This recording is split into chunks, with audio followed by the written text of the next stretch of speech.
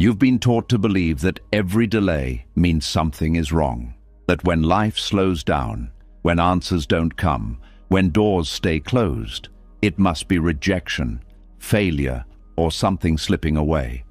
But if that were true, why do so many things you once chased later reveal themselves as mistakes? Why do some of your greatest reliefs come from what never happened?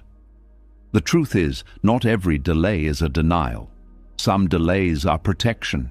Some pauses are guidance. Some closed doors are life quietly stepping in before you walk into something not meant for you.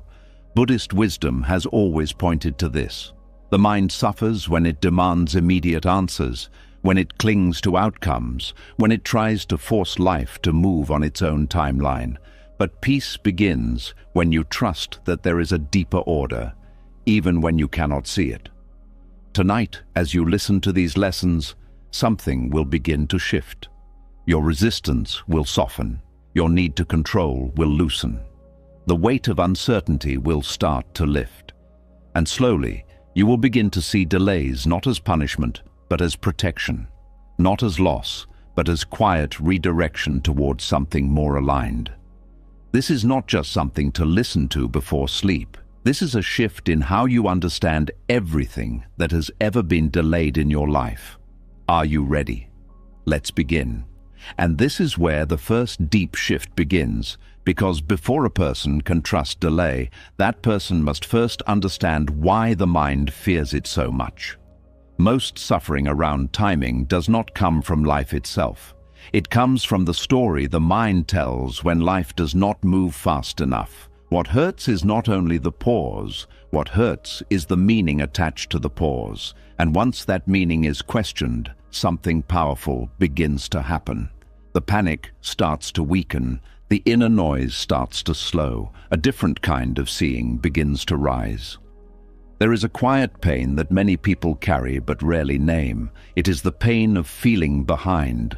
The pain of watching life move and thinking it is moving correctly for everyone else, but not for you. It is the pressure that rises when something has not happened yet, and the mind begins to whisper that maybe it never will. That whisper can become very loud. It can shape your mood, your confidence, your sleep, even your sense of worth. A delay that began as a simple pause becomes a personal wound because the mind does not know how to leave timing alone. It turns time into judgment. It turns waiting into danger. It turns uncertainty into a threat. This is where the timing illusion begins. The mind often mistakes urgency for truth. Something feels urgent, so the mind assumes it must also be important, accurate, and final. If something has not happened by now, the mind concludes that something is wrong. If the answer has not come yet, the mind decides that the answer must be no. If the door has not opened yet, the mind assumes it never will. And because these thoughts arrive with emotional force, they feel believable. The body tightens, the heart grows restless. The imagination fills the silence with fear. Soon, the feeling of urgency becomes so intense that it no longer feels like fear at all. It feels like reality. But it is not reality. It is interpretation. Urgency is one of the mind's favorite disguises. It dresses fear in the clothes of logic. It says, act now, decide now, panic now, fix this now, or else something precious will be lost forever. And when this happens often enough, a person starts living as if every pause is a crisis. This is exhausting. It drains peace from ordinary life. It teaches the nervous system to react to stillness, as if stillness were danger. Buddhist wisdom gently interrupts this pattern. It does not do so by saying that desire is evil or that planning is wrong. It simply asks a deeper question. What is really happening right now, and what is the mind adding to it? That question changes everything. What is happening right now may simply be that something has not happened yet. That is all. But the mind adds layers. It says it is too late. It says others are ahead. It says this pause means failure. It says the future is closing. It says your chance is disappearing. And because the mind repeats these thoughts with confidence, you begin to treat them as facts. Yet most of them are guesses. Many are distortions. Some are old fears speaking with a fresh voice. The timing illusion becomes stronger when you build your life around invisible deadlines. By a certain age, this should happen. By this month, that should happen. By now, I should be further ahead. These sentences seem harmless at first, but they become tools of suffering when they are held too tightly. They create private clocks that life never agreed to follow. Then, when life moves according to its own rhythm, disappointment appears. Not because something real has been stolen, but because expectation has been violated. This is one of the most painful habits of the modern mind. It confuses the schedule in your head with the wisdom of life itself. A fruit picked too early does not become sweeter because you were impatient. A wound forced closed before it has healed will open again. A lesson skipped does not disappear. It returns later, often with more force. In the same way, the things you want in life are not always delayed because they are absent. Sometimes they are delayed because they are not ripe. Sometimes you are not ripe. Sometimes the situation is not ready. Sometimes what appears to be standing still is actually aligning in ways you cannot yet measure. But the mind hates what it cannot measure. It wants visible movement. It wants proof. It wants signs it can point to and say, "There, now I can relax." Yet much of life's most important work happens without spectacle. Trust grows quietly, maturity grows quietly, readiness grows quietly, clarity grows quietly, inner strength grows quietly. These things are often developing underneath the surface, while the mind complains that nothing is happening. That complaint is one of the great tragedies of human life. So much is happening, but because it does not match the speed or shape you expected, you call it nothing. There is also another reason the mind mistakes urgency for truth. It is deeply attached to relief. It believes that if this one thing happens quickly, then peace will finally arrive. If the message comes, if the money appears, if the relationship starts, if the plan works, then this tension inside will finally disappear. So the mind turns the desired outcome into a false savior. It gives it too much power. It says peace is on the other side of getting what I want. And because of that belief, delay becomes unbearable. Not only do you want the thing, you think you need it in order to breathe properly again. This is where trust begins to collapse. Because the more your peace depends on immediate outcomes, the more threatened you feel by any pause. Delay no longer feels neutral.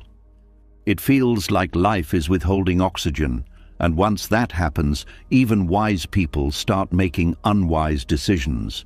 They force relationships that should have ended. They accept opportunities that do not fit. They return to places they have outgrown. They chase what shines, not what aligns.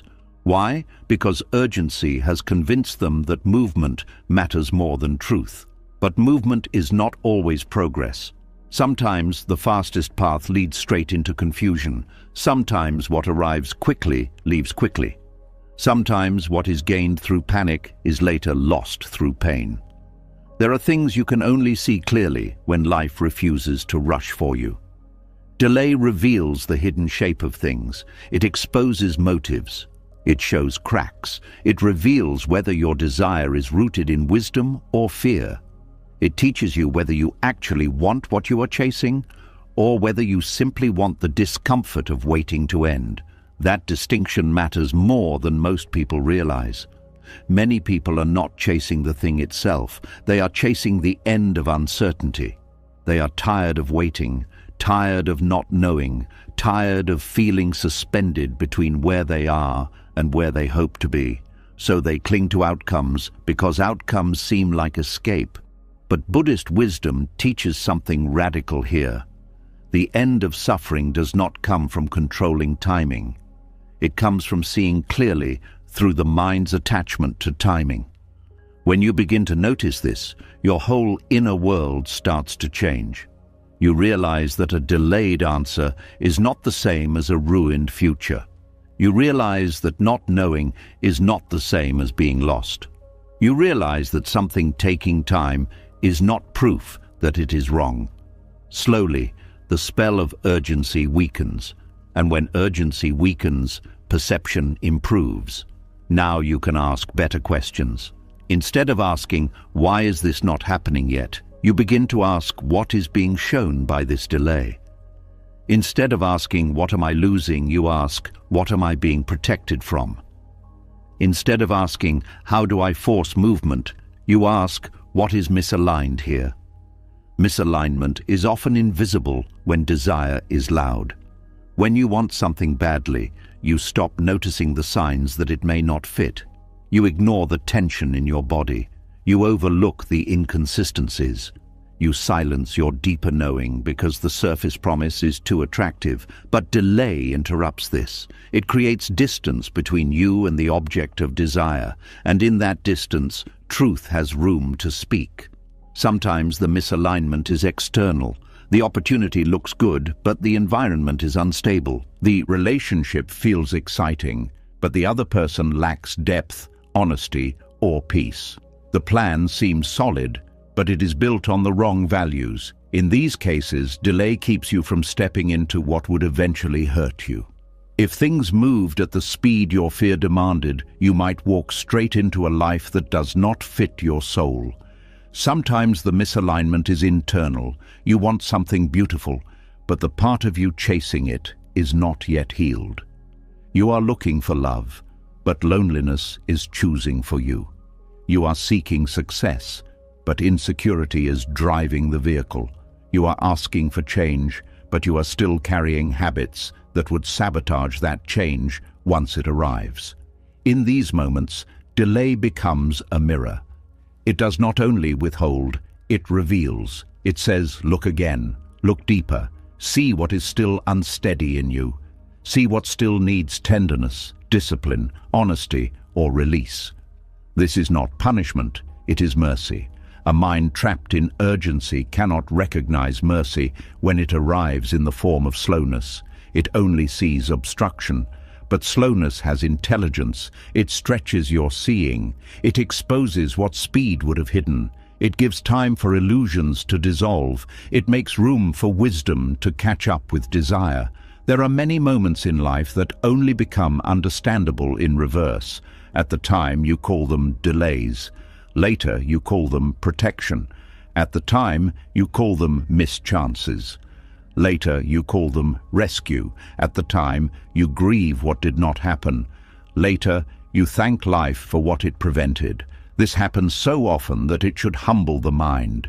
Yet the mind keeps repeating the same old story. This delay is wrong. This pause is bad. This stillness means something is broken. It rarely learns until suffering teaches it again. One of the deepest forms of wisdom is learning sooner. Learning while the delay is still happening. Learning before the outcome changes. Learning to sit in the pause without immediately turning it into a tragedy. This is not passivity. It is not laziness. It is not pretending not to care. It is the discipline of refusing to let fear interpret everything first. That discipline is powerful because it returns you to reality. Maybe the only truth right now is that something is taking longer than you expected. That is very different from the stories the mind creates. It means you can breathe. You do not need to solve your whole future tonight.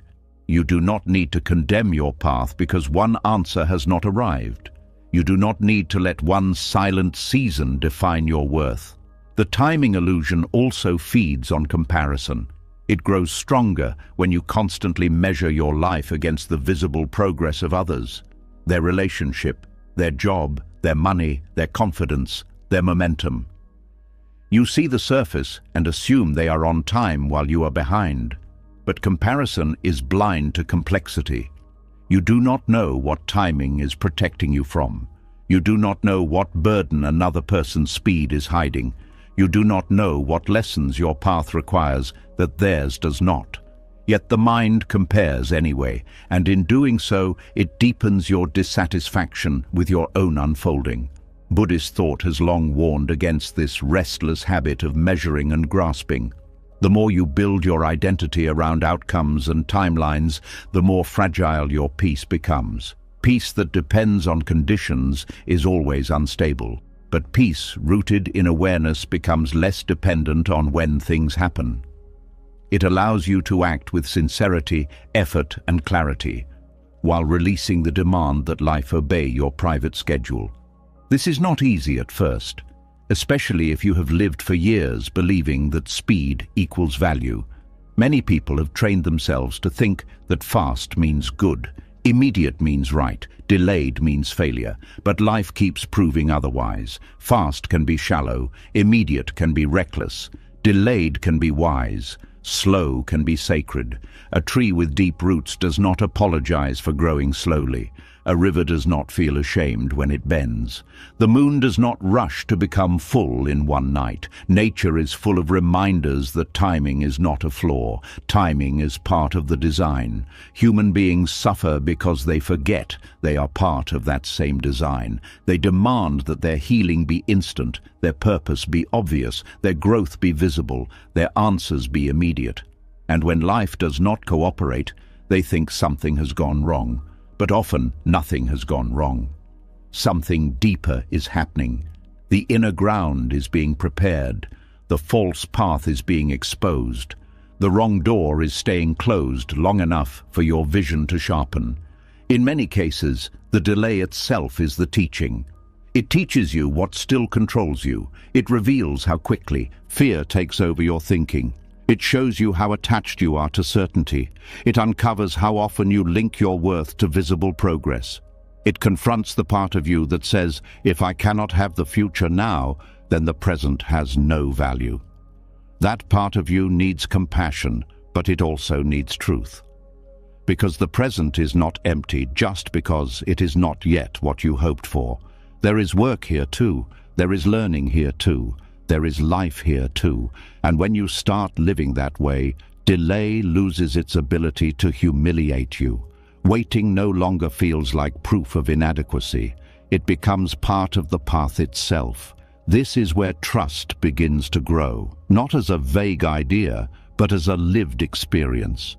Trust is what happens when you stop treating every unanswered desire as a threat. Trust is what happens when you let silence remain silence without forcing it to mean abandonment. Trust is what happens when you continue walking, continue growing, continue listening, even when the next step is not fully revealed.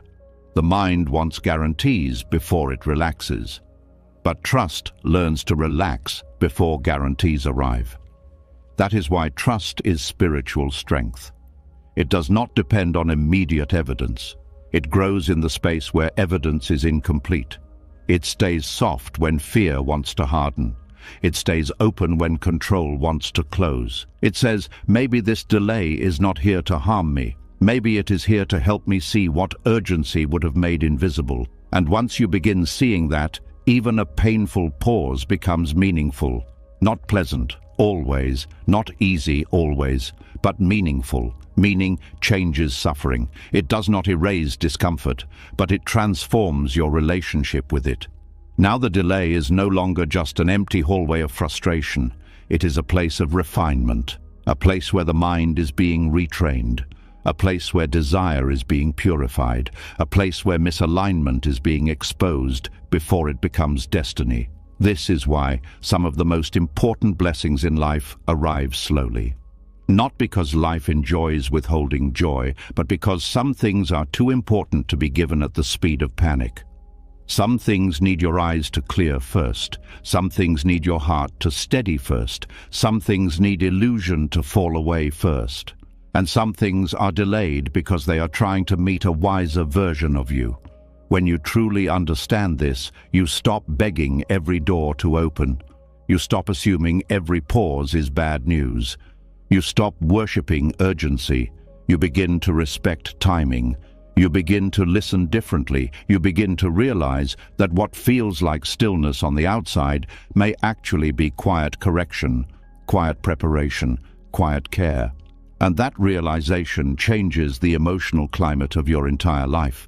Because now, when delay appears, you do not have to collapse into the old story. You can pause, you can breathe, you can question the fear before you obey it. You can let the mind speak without handing it full authority. You can remember that urgency is not always truth. You can remember that speed is not always alignment. You can remember that delay may be revealing what desire could not yet see. And from that place, trust becomes possible. Not blind trust, not passive trust, but a grounded, awake, intelligent trust. The kind that acts when action is needed, waits when waiting is wise, and does not mistake emotional pressure for spiritual guidance. The kind that understands that life is not only giving and denying, sometimes it is protecting through timing, sometimes it is saving through slowness, sometimes it is loving you through a pause you do not yet understand. And once that begins to settle into your heart, the fight with time starts to loosen. You stop trying to outrun your own unfolding. You stop treating your path like a race with invisible enemies. You stop assuming that what is delayed has been lost. Instead, you become more attentive, more patient, more honest, more willing to see what the pause is trying to show you. Because not every delay is empty. Some delays are filled with wisdom. Some delays are filled with correction. Some delays are filled with unseen kindness. And some delays arrive because life, in its quiet and patient intelligence, is refusing to let urgency lead you where truth would never take you. And as this understanding settles in, something even deeper begins to reveal itself. Because it is one thing to see that urgency can deceive you, but it is another thing entirely to realize that some delays are not just revealing misalignment, they are actively protecting you from consequences you cannot yet see. When you stop fighting timing, you begin to notice something quiet, almost invisible, moving beneath your life. A kind of hidden intelligence that slows things down at very specific moments. Not randomly, not cruelly, but precisely. There is a quiet tension that comes from not knowing what almost happened, not knowing what life just prevented. Most people only measure life by what they receive. They rarely stop to consider what they were spared from. They count the doors that did not open, but they do not count the damage those doors may have carried behind them. They grieve what did not arrive, but they do not see what was quietly removed from their path. This is where a deeper kind of trust begins to grow. There are outcomes that look beautiful from a distance, but contain consequences that only reveal themselves after you step inside. There are situations that appear to be opportunities, but carry hidden costs that would slowly drain your peace. There are people who seem right at first, but would later create confusion, instability, or emotional harm. There are paths that promise progress, but lead into complexity that you are not prepared to navigate. And in many of these moments, life does something subtle. It delays, not loudly, not dramatically, not in a way that makes it obvious that protection is happening. It simply slows things down. It creates friction. It introduces uncertainty. It causes plans to stall. It shifts timing just enough to interrupt what would have unfolded if everything moved quickly. To the mind, this feels frustrating. It feels like something is going wrong. It feels like you are being held back. But underneath that feeling, something else may be happening. You are being buffered. Karmic buffering is not something most people are aware of because it does not announce itself. It does not say, "I am protecting you." It does not show you the version of your life that would have happened if things moved faster. It simply adjusts the flow in a way that prevents you from stepping into consequences that are not aligned with your growth or your well-being. This kind of protection is difficult to appreciate in real time because it does not come with immediate relief. It often comes with confusion.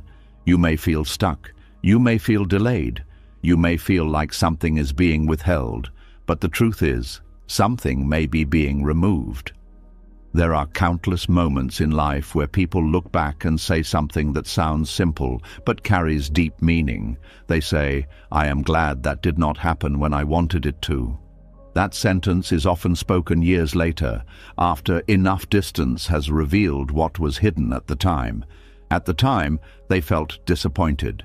At the time, they felt rejected. At the time, they thought they lost something important, but later they saw clearly, if that had happened when I wanted it to, I would not have been ready. I would have made decisions from fear. I would have entered a situation that would have overwhelmed me. I would have committed to something that would have taken me away from who I needed to become. This is the nature of karmic buffering. It is not about reward or punishment. It is about timing and consequence. It is about understanding that every action, every choice, every path leads to a series of outcomes that extend far beyond what you can immediately see. And sometimes life intervenes not to control you, but to prevent a chain reaction that would have created more suffering than growth. There is a certain humility that begins to form when you recognize this. You begin to accept that you do not see everything. You begin to understand that your perspective is limited to what is visible, what is immediate, what is emotionally charged. But life operates on a wider field. It accounts for things you cannot measure. It responds to patterns you are not aware of. It adjusts outcomes based on variables that are still forming beneath the surface. And because of this, what feels like delay may actually be alignment with a deeper order. There are also moments where you are not only protected from external consequences, but from internal ones. There are choices you could make at a certain stage of your life that would strengthen the wrong parts of you. You might succeed too quickly and build your identity on something fragile. You might receive recognition before you develop stability, and that recognition could distort your sense of self. You might gain access to something powerful, but without the maturity to handle it, it could lead to imbalance. In these cases, delay is not just about what happens around you. It is about what happens within you. It is about ensuring that when something does arrive, it meets a version of you that can receive it without losing balance. Without this buffering, many people get what they want too early and pay for it later. They enter relationships before they understand themselves and those. Relationships become complicated. They chase success before they develop discipline, and that success becomes difficult to maintain. They make decisions from emotional urgency, and those decisions lead to regret that stays with them for years. But when delay is present, something changes. There is time to see more clearly. There is time to question your own motives. There is time to notice what you might have ignored if everything moved faster. This is one of the quiet benefits of karmic buffering. It creates space between impulse and action. It slows down the process just enough for awareness to catch up. And awareness changes everything. When you are aware, you choose differently. You notice things you would have missed. You feel into situations more deeply. You recognize patterns that were previously invisible. You become less reactive and more intentional. Without that space, many choices are made unconsciously, and unconscious choices often lead to unnecessary suffering. Another layer of this buffering is connected to people. There are individuals who enter your life at certain moments for a reason. Some are aligned with your growth. Some are not. Some carry lessons, some carry distractions, some bring clarity, some bring confusion. If certain connections form too early, they can pull you into experiences that are not meant for that stage of your life. You may attach to someone who reflects your wounds instead of your truth. You may become involved in dynamics that delay your personal growth instead of supporting it. In these situations, delay acts as a filter. It prevents certain connections from forming too soon. It creates distance where closeness would have led to complication. It allows time for both people to grow, or for clarity to emerge that shows the connection was never aligned in the first place. But again, this is rarely obvious in the moment. It feels like missed connection. It feels like something did not work out. It feels like timing was wrong. Yet sometimes wrong timing is exactly what keeps you from walking into the wrong experience. There is also a deeper spiritual dimension to this idea.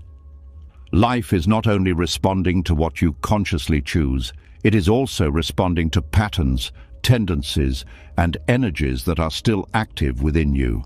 These patterns influence what you are drawn to, how you interpret situations, and what you are ready to handle. If a certain outcome were to arrive while these patterns are still unresolved, it could reinforce them instead of dissolving them. So delay becomes part of a corrective process. It gives you time to see your patterns more clearly. It gives you time to grow beyond them. It gives you time to shift your inner state so that when something does arrive, it does not simply repeat the past in a new form.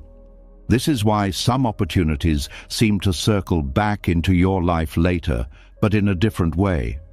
You meet a similar situation, but this time you respond differently. You encounter a familiar type of person, but this time you see more clearly. You are offered something that resembles what you once wanted, but now your perspective has changed. That change is not accidental. It is the result of time, experience, and quiet internal work that happened while you thought nothing was moving. Karmic buffering is deeply connected to this kind of transformation.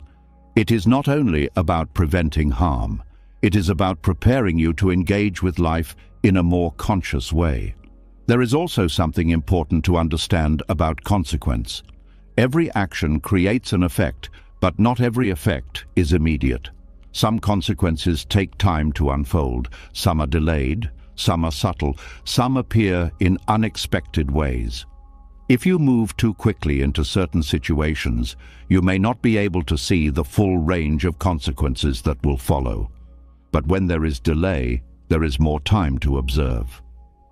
You begin to notice patterns in other people's experiences. You see how certain paths play out over time.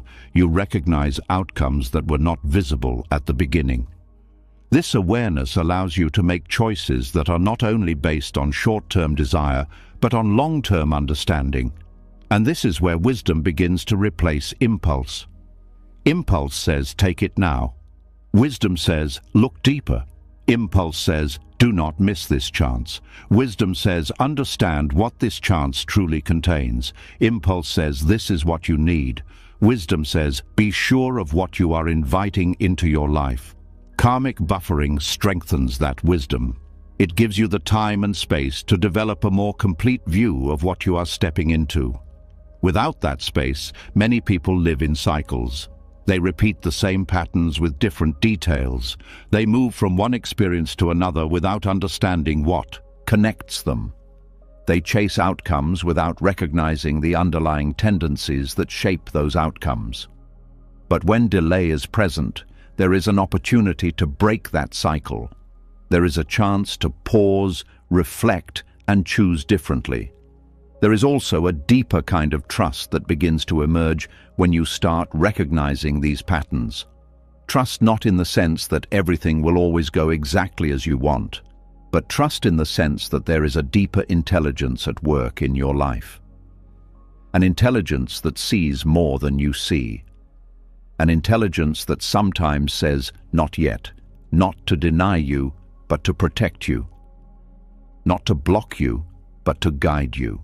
Not to frustrate you, but to refine you. This trust does not come from blind belief. It comes from observation. It comes from noticing how many times what felt like a delay later revealed itself as something necessary. It comes from seeing how often life prevented something that would have led to difficulty. It comes from recognizing that your perspective at the time was incomplete, and that life, in its quiet way, adjusted the path. When you begin to see this, your relationship with delay changes. You no longer react to it with immediate resistance. You become more curious, more patient, more open to the possibility that something unseen is being handled. This does not mean you stop taking action. It does not mean you become passive. It means your actions are no longer driven by panic. They are guided by clarity, and clarity often requires time. Time to see, time to understand, time to grow, time to align. Karmic buffering exists within that time. It is part of the invisible architecture of your life. It is the reason some things do not happen when you expect. It is the reason certain paths close before you walk too far down them. It is the reason some answers take longer to arrive. And although it may not always feel comforting in the moment, it carries a quiet form of care. A care that does not rush you into situations that would harm you. A care that does not allow your life to unfold in ways that would deepen confusion. A care that respects your growth, your readiness, and your long-term well-being. And when you begin to trust this, even slightly, something changes inside you. The urgency softens, the frustration eases, the need to control every outcome begins to loosen, and in that space, a different kind of strength appears. A strength that does not depend on everything happening immediately. A strength that can wait without collapsing. A strength that understands that sometimes what is not happening is just as important as what is. Because not every delay is empty. Some delays are protection in motion. Some delays are life stepping in quietly, adjusting your path before you even realize there was danger ahead. And some delays are the reason you are still moving forward, even when you thought something important was being taken away, when in truth, something harmful may have just been removed. And as this begins to settle, another layer quietly reveals itself, because it is one thing to be protected from what is outside of you. But there are moments when life is not shielding you from the world, it is preparing you within it. Not every delay is about the situation being wrong. Sometimes the delay exists because the version of you who can hold that life has not fully formed yet. And this is where the deepest kind of protection begins to unfold, not around you, but inside you. There is a quiet discomfort that comes from wanting something deeply and not having it yet. Not because the desire is wrong, but because it feels so real, so close, so necessary. It feels like if it arrived now, everything would finally settle.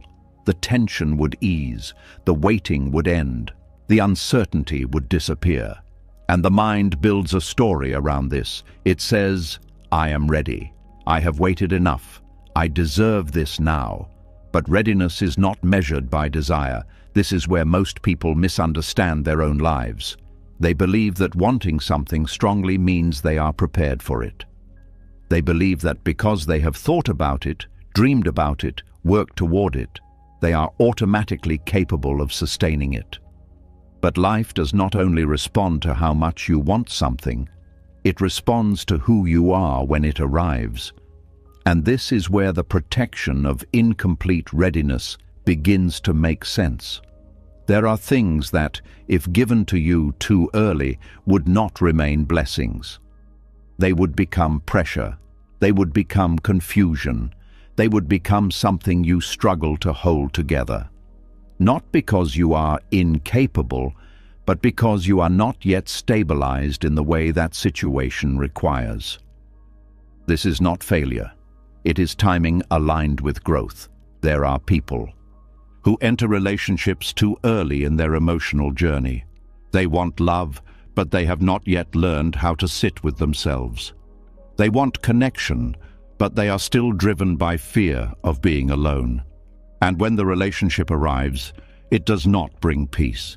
It brings attachment, insecurity, and misunderstanding. The relationship itself is not the problem. The timing is. There are people who achieve success before they build discipline. They receive attention, recognition, or opportunity, but they have not yet developed the habits that sustain those things. At first it feels exciting, but over time the lack of foundation begins to show. Stress increases, stability decreases. What once felt like a breakthrough becomes something difficult to maintain. There are people who gain resources before they learn responsibility. They are given access to more than they can manage, and instead of growth, it creates imbalance. Decisions become impulsive, focus becomes scattered. What could have been used wisely is consumed quickly. In each of these situations, the problem is not the thing itself. The problem is that it arrived before the person was ready to carry it. This is why delay can be a form of deep protection. It is not withholding what you want. It is making sure that when it arrives, it does not collapse under the weight of who you are at that moment. There is a difference between receiving something and being able to keep it. Many people receive things in life. Fewer people are able to sustain them. And the difference between those two experiences is not luck. It is readiness. Readiness is quiet. It is not loud like desire. It does not rush. It does not demand. It builds slowly. It strengthens your ability to stay steady when things change. It deepens your understanding so that you do not react from fear. It shapes your character so that what you receive does not become something you lose. And this shaping takes time. While you are waiting, something is being built that you cannot always see. Your patience is expanding. Your emotional responses are being refined. Your awareness is becoming sharper. Your ability to handle complexity is increasing. You are learning how to remain balanced even when things do not go your way.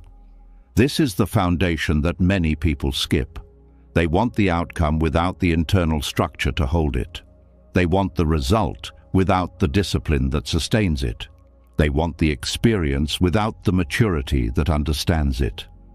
But life does not operate that way for long. Even if something arrives early, it will eventually test you. And if the foundation is not there, it begins to shake. Delay prevents this. It ensures that when something does come into your life, it meets a version of you that can remain steady, not only when things are good, but when things become challenging. There is also a deeper truth here that many people resist. You are not the same person you were a year ago, and you will not be the same person a year from now. Growth is constantly happening, even when it feels slow, even when it feels invisible, even when it feels like nothing is changing. But change is happening, and certain experiences require a specific version of you. If they arrive too early, they connect with an older version of you, one that may not be able to handle them in a healthy way. But when they arrive at the right time, they meet a version of you that has already learned, already grown, already adjusted. This is why some things feel different when they finally happen. It is not only because the situation has changed, it is because you have changed. And that change allows you to experience the same type of opportunity in a completely different way. There is also a form of protection that exists in how your identity is formed over time. If you receive something before you understand yourself, you may build your identity around that thing. You may begin to define yourself by it. You may attach your worth to it, and when that thing changes, or leaves, or becomes unstable, your sense of self begins to collapse with it. But when you take time to understand who you are, independent of what you have, something different happens. You build a stable center. You develop a sense of self that is not easily shaken. So when things come into your life, they do not define you. They become part of your experience, not the foundation of your identity. This is a different kind of strength. It allows you to engage with life without becoming lost in it. And this strength often comes from time, from reflection, from experience, from the quiet work that happens while you feel like you are waiting. There are also lessons that can only be learned through delay. Lessons about patience, about trust, about letting go of control, lessons about not forcing outcomes, about not attaching your peace to timing, about not rushing into things just to escape uncertainty. These lessons are not easy. They challenge the part of you that wants immediate results. They confront the part of you that feels uncomfortable with not knowing. They slow down the part of you that wants to move quickly just to feel safe. But these lessons are necessary, because without them, you carry that same impatience into everything you receive. And impatience has a way of destabilizing even the best situations. When you are impatient, you rush decisions. You overlook details. You react instead of respond. You expect things to move at the speed of your expectations, and when they do not, frustration builds. But when you have learned patience, something changes.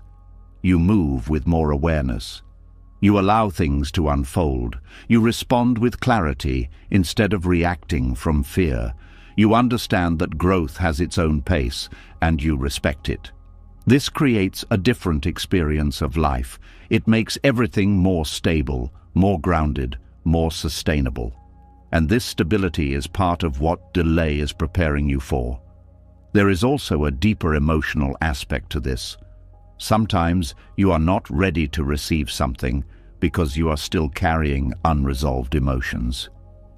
You may still be holding on to past experiences that have not been fully processed. You may still be reacting to old patterns. You may still be influenced by beliefs that limit how you see yourself and the world. If something new enters your life while these emotions are still active, it can become entangled with them. Instead of being a fresh experience, it becomes filtered through old wounds. Instead of creating growth, it may reinforce patterns you are trying to move beyond. But when there is time, there is space to work through these things. There is space to heal. There is space to understand yourself more deeply. There is space to release what no longer serves you. And when you do this, you become more available for what is coming, not just physically, but emotionally and mentally. This availability is what allows you to receive something fully without distortion. And this is something that cannot be rushed. There is also something important to understand about capacity. Every person has a certain level of capacity at any given time. Capacity to handle responsibility, capacity to manage complexity, capacity to stay grounded under pressure, capacity to remain clear in uncertain situations. This capacity grows over time. It expands as you experience more, as you learn more, as you develop more stability. And certain things require a certain level of capacity. If they arrive before your capacity has grown to meet them, they can become overwhelming. They can create stress instead of growth. They can feel like too much instead of something you can manage. But when your capacity has expanded, those same things feel different. They feel manageable. They feel like something you can work with, not something that controls you. And this is what delay is often supporting. It is allowing your capacity to grow so that what you receive does not exceed your ability to hold it. This is not something that can be measured easily. It is not always visible, but it is very real. And when you look back on your life, you can often see moments where you were given something at the right time, not too early, not too late. And because of that timing, you were able to handle it in a way that you could not have before. This is the quiet intelligence of life. It does not rush. It does not force. It allows things to unfold in a way that supports growth, not just immediate satisfaction. And when you begin to trust this, something shifts inside you. The urgency begins to soften. The need to have everything now begins to ease. The pressure you place on yourself begins to lift. You start to see that what is not happening yet is not necessarily missing. It may be forming. It may be aligning. It may be waiting for you to become ready in ways that you are still discovering. This does not mean you stop moving forward. It means you move forward with awareness. You continue to grow. You continue to learn. You continue to build yourself in ways that support what you want, but you do not force the timing. You allow life to meet you where you are becoming ready. And in that space, something powerful happens. You stop chasing outcomes from a place of lack. You start aligning with them from a place of readiness. You become less focused on when something will happen. You become more focused on who you are becoming in the process. And this changes everything, because once you become the person who can sustain what you want, the delay no longer needs to exist. Not because life suddenly decides to give you what you asked for, but because you have grown into someone who can receive it without losing it. And that is a very different experience. It is not rushed. It is not fragile. It is stable. It is aligned. It is supported by everything you have become along the way. And when it finally arrives, it does not feel like something you need to hold tightly out of fear. It feels like something that fits naturally into your life, because you are ready for it, and that readiness is what the delay was quietly protecting all along. And as that understanding settles, another quiet truth begins to surface. Because it is one thing to become ready, but it is another thing to realize that not everything you were ready for was actually meant to stay in your path. Some things leave not because you were unprepared, but because they were never aligned with where your life was truly heading. And this is where something even more subtle begins to unfold. Not delay this time, but direction. A kind of movement that does not always feel like progress in the moment, yet quietly shifts everything. There is a certain kind of disappointment that lingers longer than others.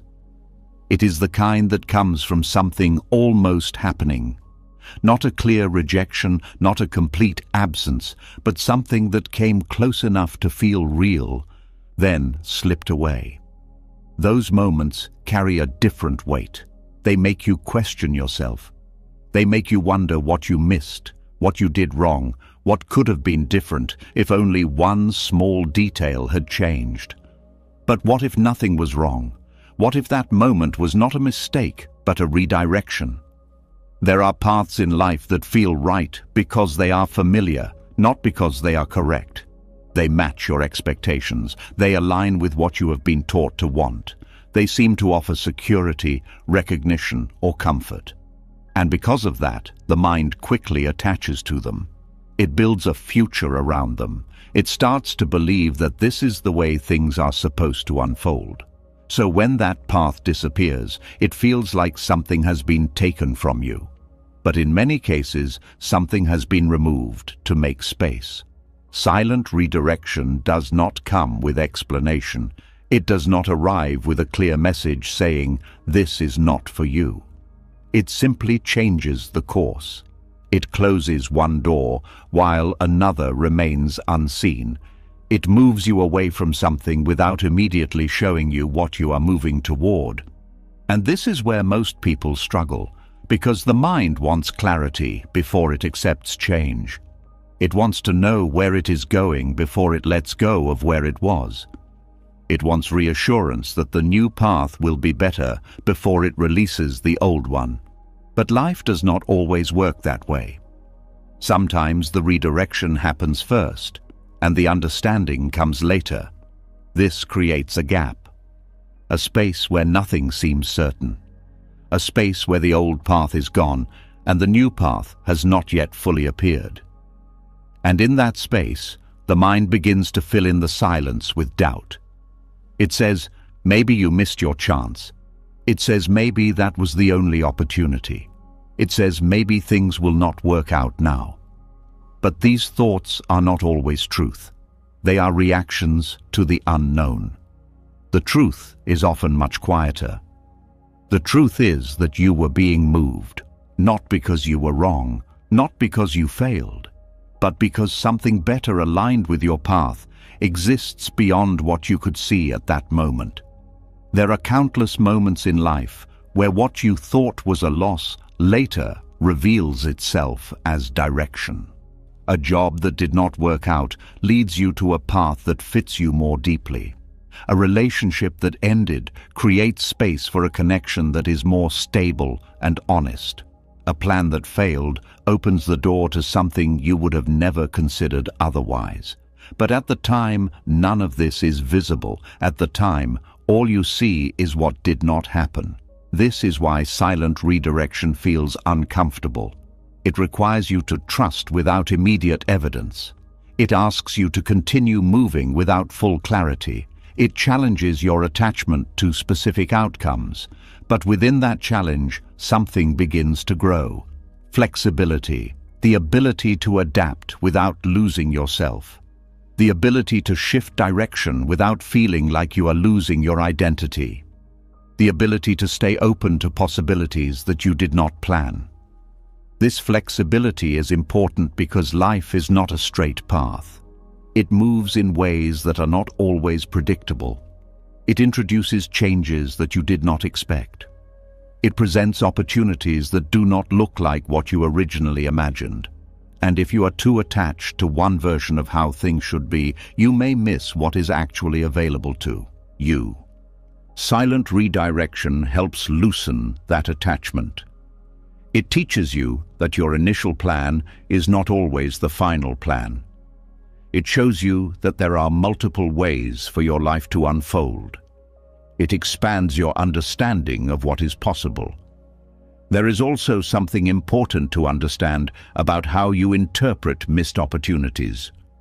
When something does not work out, the mind often frames it as loss. It focuses on what could have been. It imagines a version of the future that is now out of reach, and it compares your current reality to that imagined future. This creates a sense of lack, a feeling that something valuable has been taken away. But that imagined future is not reality. It is a projection. It is built on assumptions. It does not include the full picture. It does not account for the challenges, the difficulties, the parts that would not have worked. It only shows the parts that look appealing. So when you compare your current path to that imagined version, it feels like you lost something perfect. But what you lost was not a complete reality. It was a partial image, and silent redirection moves you away from that image towards something real, something that includes both the visible and the unseen, something that fits your life more accurately. This does not always feel better immediately. Sometimes the new path feels uncertain. It may not have the same level of clarity. It may require you to explore, to learn, to adjust. But over time, it begins to reveal its value. You start to see connections that were not obvious before. You begin to notice how certain events are leading you in a specific direction. You recognize patterns that show you are not lost, but guided. This recognition builds trust. Not blind trust, but a grounded understanding that your life is not moving randomly, that even when things do not go as planned, there is a form of direction present. There is also a deeper level to this. Silent redirection often aligns you with parts of yourself that you have not fully explored. When one path closes, you are sometimes pushed toward areas of growth that you would have avoided otherwise. You may discover interests that you did not previously consider. You may develop skills that you would not have needed on your original path.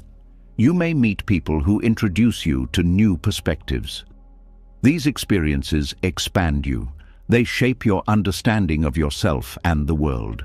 And in many cases, they lead you to something that fits you more deeply than what you initially wanted. But this expansion requires openness. It requires you to step into the unknown without holding too tightly to what you expected. It requires you to let go of the idea that your original plan was the only correct one. This is not easy, because the mind finds comfort in certainty. It prefers known paths, even if they are not fully aligned. But growth often happens outside of that comfort. It happens when you are willing to explore new directions. It happens when you allow your life to unfold in ways that are not fully predictable. Silent redirection supports this process. It gently moves you away from what is limited. It guides you toward what is more expansive. It does not force you, but it creates conditions that encourage movement. There is also something important to understand about timing within redirection. Just because a path closes does not mean the next one will appear immediately. There can be a period of transition, a space where you are no longer where you were, but not yet where you are going. This space can feel uncomfortable. It may feel like you are in between, like you are waiting for something to become clear. But this space is not empty. It is a place of integration, a place where you process what has changed, a place where you adjust to a new direction, a place where your understanding deepens. If you rush through this space, you may miss its value. But if you allow yourself to be present within it, you begin to see more clearly. You begin to notice subtle signs. You begin to feel what resonates and what does not. You begin to align with a path that feels more authentic. This alignment is not forced. It emerges naturally as you become more aware. And this awareness is what allows you to recognize the new path when it appears. Without it, you may overlook opportunities that are right in front of you because they do not match your previous expectations. Silent redirection also teaches you something about control. It shows you that not everything can be planned, that there are aspects of life that unfold beyond your direct influence. And instead of resisting this, you begin to work with it. You take action where you can. You make decisions based on clarity. But you also allow space for life to guide you in ways you cannot fully predict. This balance between action and openness creates a different experience. You are not passive. You are not waiting without movement. You are engaged, but you are also receptive. You are not forcing outcomes. You are allowing them to unfold while staying aligned with your values. And this creates a sense of flow, a feeling that you are moving with life, not against it. This does not mean there will be no challenges. There will still be moments of uncertainty. There will still be times when things do not go as planned. But your relationship with those moments changes. You do not immediately interpret them as failure. You see them as part of a larger process.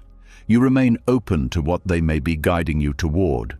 And this openness allows you to move forward with less resistance, less frustration, less attachment to specific outcomes, more trust in the unfolding of your path. Over time, you begin to look back and see how different pieces of your life connect. How one missed opportunity led to another. How one closed door opened a different one.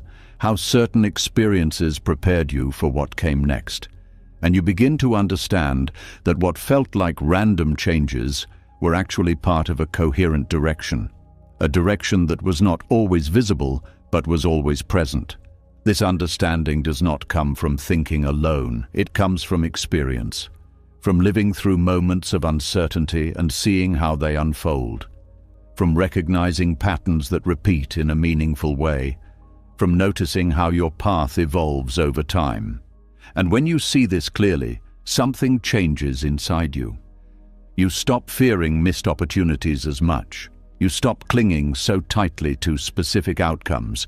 You become more willing to explore, to adapt, to move in new directions, because you understand that what is meant for you is not limited to one path.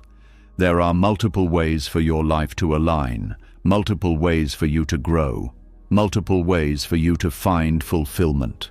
And silent redirection is one of the ways life guides you toward those possibilities. It does not always feel comfortable. It does not always make sense immediately. But it carries a quiet intelligence, a way of moving you toward what fits you more deeply, even when you cannot yet see it. And as you begin to trust this, even slightly, something shifts. The fear of missing out begins to fade. The pressure to make everything happen exactly as planned begins to ease.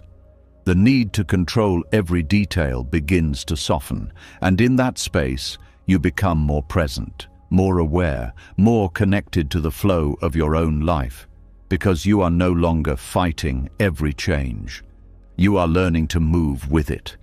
And that movement, guided by both your actions and life's quiet direction, leads you forward. Not always in a straight line, but in a way that continues to shape you, support you, and align you with what is truly meant for you, even when it first appeared as something you thought you lost. And as that quiet redirection begins to make sense, something even more personal starts to surface, because sometimes it is not the path that needs to change. It is the part of you that walks it. You were moved not only to a better direction, but to a deeper version of yourself. And now, another truth begins to unfold. Some delays are not about the world outside you. They exist because your inner world is still catching up with what is coming. There is a kind of weight that certain experiences carry. Not physical weight, but emotional weight. The kind that tests your reactions, your patience, your stability, your ability to remain calm when things are uncertain or uncomfortable. And many times, what you are asking for in life comes with this invisible weight attached to it. Success brings pressure.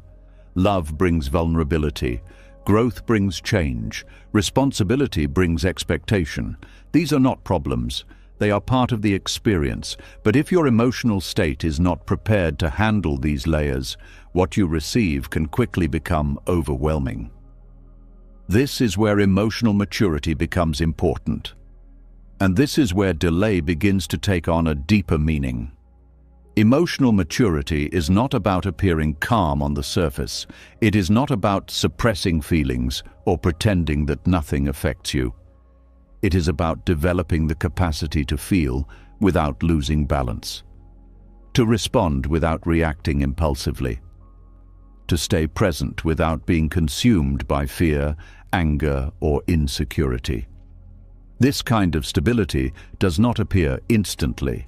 It is built over time, through experiences, through challenges, through moments where things do not go your way and you are forced to look at how you handle it. This is what many people do not realize. The delay you are experiencing may not be about the thing you want. It may be about how you would handle it if it arrived right now. If something important came into your life today, would you meet it with clarity or confusion? Would you respond with patience or pressure? Would you act from understanding or from fear? These questions are not meant to create doubt. They are meant to reveal where growth is still happening. Because emotional maturity is what allows you to hold what you receive without being shaken by it. Without this maturity, even positive experiences can become difficult. A relationship can turn into anxiety. An opportunity can turn into stress. A responsibility can turn into pressure that feels too heavy. But when emotional maturity is present, something changes. You still feel, you still care, but you are not overwhelmed by every shift. You can navigate complexity without losing yourself.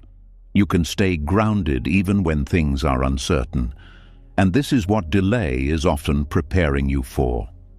There is a gap that exists between where you are emotionally and what you are asking for. This gap is not always obvious. You may feel ready because your desire is strong. You may believe you can handle something because you have imagined it. But real experience reveals things that imagination cannot. It reveals how you respond under pressure, how you deal with disappointment, how you handle conflict, how you manage uncertainty. These are the areas where emotional maturity shows itself, and these are the areas that delay quietly develops. There are moments in life where you are given time to face smaller challenges before larger ones arrive. You deal with minor disappointments. You encounter situations that test your patience. You experience uncertainty that stretches your ability to stay calm. These moments are not random. They are building your capacity. They are giving you a chance to develop emotional strength in manageable ways, so that when something bigger comes, you are not starting from zero. You have already practiced. You have already grown. You have already seen how you respond and adjusted accordingly. This process is often uncomfortable because it requires you to sit with feelings that you would rather avoid. Frustration, impatience, doubt. These feelings rise when things are delayed, and instead of disappearing quickly, they stay long enough for you to notice them, to understand them, to see how they influence your thoughts and actions. This awareness is important because emotional maturity begins with awareness. You cannot change what you do not see, and delay gives you the time to see clearly, to notice patterns in your reactions, to recognize habits that may not serve you, to understand where you lose balance and where you remain steady. This understanding allows you to grow, not by force, but by observation, by choosing different responses, by becoming more intentional in how you handle your inner state. There is also something important to understand about emotional triggers. Certain situations activate strong reactions within you. They may remind you of past experiences. They may touch on areas where you feel insecure or uncertain. These triggers are not problems. They are signals. They show you where your emotional maturity is still developing. If something you want arrives while these triggers are still strong, it can create instability because your reactions may be driven by those unresolved areas. But when there is delay, there is time to work through these triggers, to understand them, to reduce their intensity, to develop a more balanced response. This creates a different experience when the desired outcome finally arrives. Instead of reacting from old patterns, you respond from a place of clarity, and this makes everything more stable. There is also a connection between emotional maturity and patience. Patience is not simply waiting. It is the ability to remain calm and steady during the waiting. It is the ability to accept that things are unfolding in their own time, without feeling the need to rush or force them.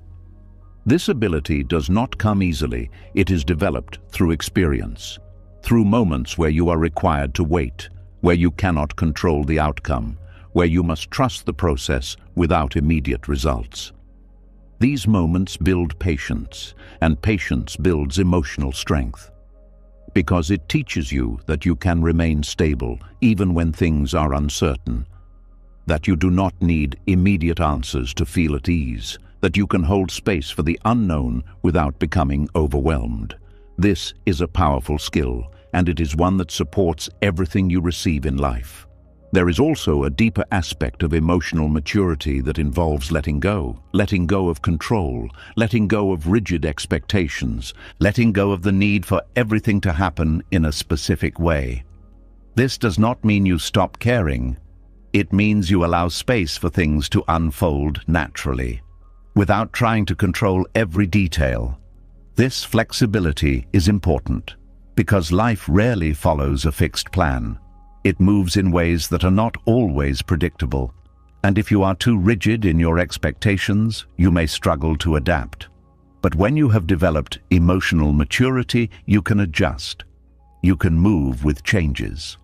You can remain grounded even when things shift, and this makes your experience of life smoother, more balanced, more aligned.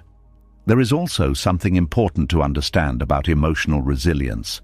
Resilience is the ability to recover from challenges, to move forward after setbacks, to remain steady even when things do not go as planned. This ability is not automatic.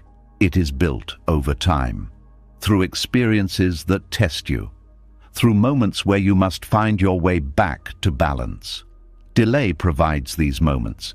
It gives you opportunities to develop resilience in smaller ways, so that when larger challenges arise, you are prepared, you know how to navigate them, you know how to return to a place of stability.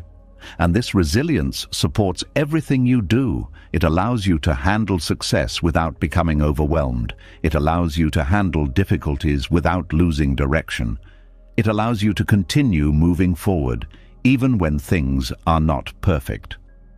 There is also a connection between emotional maturity and clarity.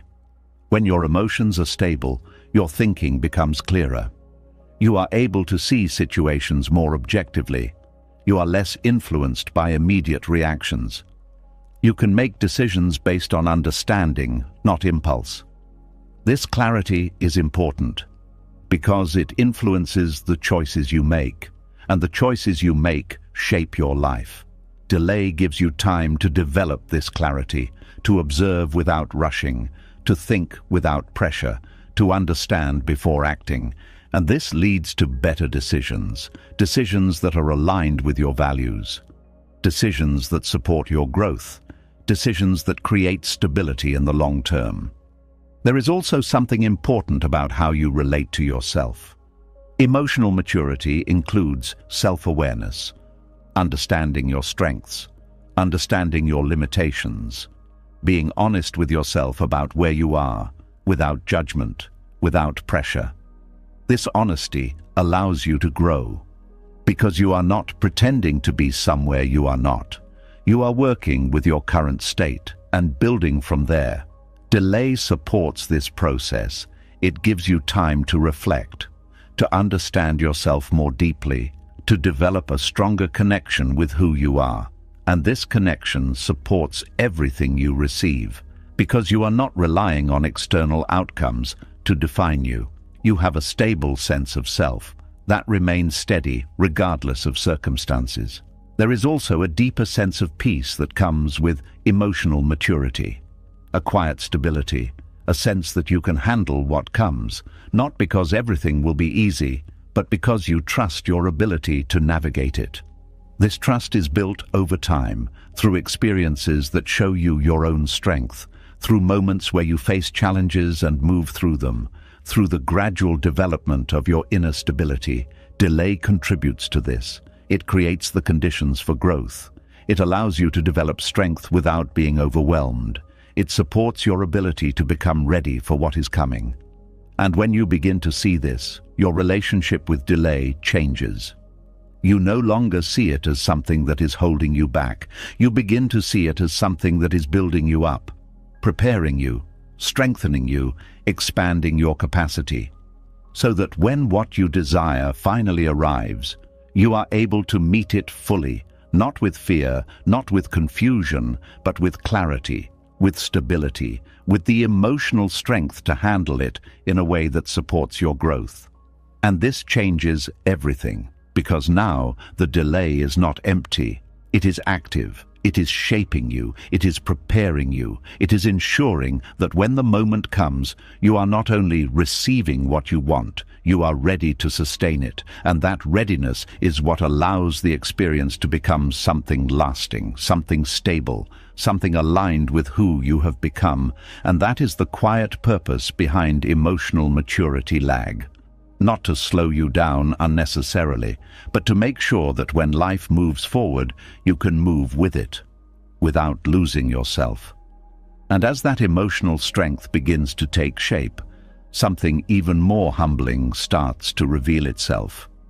Because it is one thing to be prepared for what is coming, but it is another thing entirely to realize how much you have already been protected from without even knowing it. Not everything that didn't happen was a delay. Some things were quietly stopped. Some paths ended before they could unfold into something far more difficult. And most of the time, you never see what almost became your reality. There is a strange kind of blindness that comes with being human. You only see what happens. You rarely see what was prevented. You remember the opportunity that failed, but you do not see the chain of events that would have followed if it had succeeded. You feel the disappointment of something not working out, but you do not feel the weight of the consequences you were spared from. This creates an incomplete view of your life, because you judge your path based on visible outcomes, not invisible protections. There are moments where you believed something falling apart was the worst thing that could happen. A plan collapsed, a connection ended, a door closed suddenly. And at the time, it felt like loss. It felt like something important had been taken away. It felt like life had turned against you. But what if that collapse was not a failure? What if it was prevention? There are outcomes that carry hidden consequences. They look promising on the surface, but they unfold into something very different once you are inside them. And if you had entered those situations without awareness, without preparation, without the maturity you now have, they could have shaped your life in ways that would have been difficult to recover from. But you did not enter them. Not because you were unlucky, but because something stopped them. This is the collapse that didn't happen. It is the argument that never turned into something worse. It is the relationship that never fully formed. It is the opportunity that disappeared before you committed to it. It is the decision you almost made, but somehow didn't. These moments do not always stand out. They do not come with clear signs. They simply pass. And because they pass quietly, they are often forgotten. But their impact remains. Because what did not happen still shaped your life. There is a deeper level of trust that begins to form when you start recognizing this. You begin to understand that your life is not only guided by what moves forward, but also by what is held back. You start to see that not every closed door is a loss. Some are protection from paths that would have led to confusion, instability, or regret.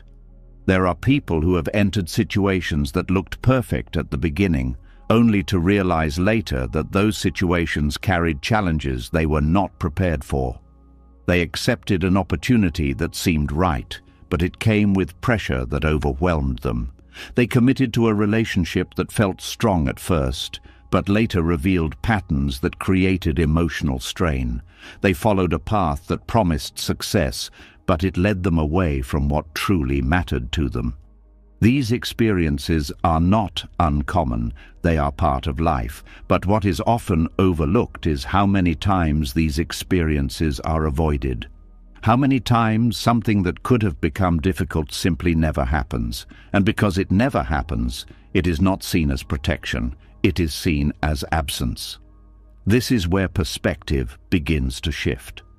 When you start to consider that what did not happen may have been as important as what did, your understanding of your life becomes more complete. You begin to see that there is a form of care present, even in moments that felt disappointing, that there is a kind of guidance that operates quietly, without needing to be recognized in the moment. There are also times when you come very close to something, close enough to feel it, close enough to imagine it, close enough to believe it is about to become part of your life, and then it disappears. These moments can feel confusing because they create a sense of almost happened, almost worked, almost became something real, and the mind holds on to that almost. It replays it. It wonders what could have been. It questions why it did not continue. But that almost may have been the boundary, the point where life allowed you to see just enough but not step fully into it, because stepping fully into it would have created consequences that were not aligned with your path. This is not always easy to accept, because the mind prefers certainty. It prefers clear outcomes. It prefers knowing exactly why something did or did not happen. But life does not always provide that clarity immediately. Sometimes clarity comes much later, when you have enough distance to see what was hidden at the time. There are moments where you look back and realize that if something had continued, it would have led to difficulty. Not because it was bad, but because it was not right for you at that stage of your life. You were not ready for what it required. You did not yet see what it contained. You would have made decisions from a place that was not fully aware. And those decisions would have shaped your path in ways that may have been difficult to adjust later. But because that path did not unfold, you were able to move in a different direction. A direction that may not have been clear at the time, but later revealed itself to be more aligned. This is the quiet nature of protection. It does not always announce itself. It does not always feel like relief. Sometimes it feels like confusion. Sometimes it feels like loss. Sometimes it feels like something ended before it had the chance to become something meaningful. But meaning is not always found in continuation. Sometimes meaning is found in prevention. There is also something important to understand about how the mind processes these moments. The mind tends to focus on what is visible. It creates stories around what it can see. And when something does not happen, it fills in the gaps with assumptions. It imagines the best version of what could have been. It does not include the challenges, the difficulties, the parts that would have been hard to manage. So the imagined version becomes idealized. And when compared to your current reality, it feels like you lost something valuable. But that comparison is not accurate because it is based on incomplete information. It is based on a version of reality that was never fully experienced. And when you begin to see this, the sense of loss begins to change. You start to question the assumptions you made about what could have been. You begin to consider that what you imagined may not have been the full picture. You become more open to the idea that what did not happen may have carried complexities you were not aware of. This does not mean you dismiss your feelings. It means you expand your understanding. You allow for the possibility that there is more to the situation than what you initially saw. This openness creates space for a different kind of reflection. Instead of focusing only on what was missed, you begin to consider what was avoided. Instead of asking, why did this not work, you ask, what might this have led to if it did? These questions do not always have clear answers, but they shift your perspective. They allow you to see your experiences from a wider view. And this wider view reduces the sense of regret, because you are no longer only focused on the surface outcome. You are considering the deeper layers that were not visible at the time. There is also a connection between this understanding and gratitude. Not the kind of gratitude that forces positivity, but a quiet recognition that your life has been shaped by both what happened and what did not. That there are moments of protection that you did not see, but that still influenced your path. That there are situations you were kept from entering, not because you were lacking, but because they were not aligned. This recognition creates a different relationship with your past. You begin to see it as something that has been guided in ways you did not always understand. You become less focused on what you think you missed, and more aware of how your path has unfolded in a way that supports your growth. There is also something important about how this understanding affects your present. When you recognize that you have been protected in the past, it becomes easier to trust the present moment.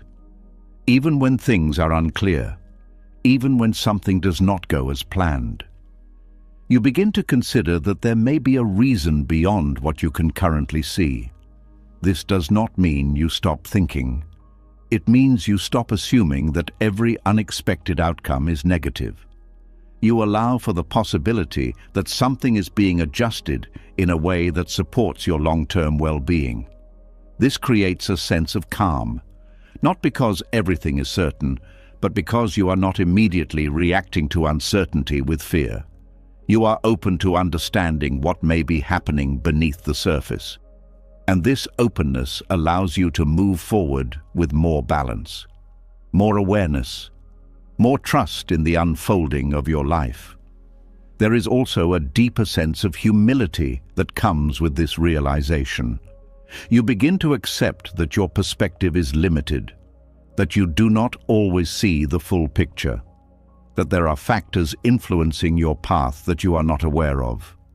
This humility is not weakness. It is clarity. It allows you to approach life with less rigidity, less need to control every outcome, more willingness to adapt and learn. And this makes your experience of life more fluid, more aligned with the natural movement of things, because you are not constantly trying to force a specific outcome. You are allowing space for what is meant to unfold. There are also moments where you can feel this protection in a more direct way. When something does not work out, and shortly after, you see something that reveals why it was not right. A detail you did not notice before. A situation that becomes clearer with time. A piece of information that changes your perspective. These moments create a sense of recognition. A realization that what felt like a loss was actually a form of guidance. And these recognitions build trust. They show you that your life is not random, that there is a form of intelligence present in how things unfold.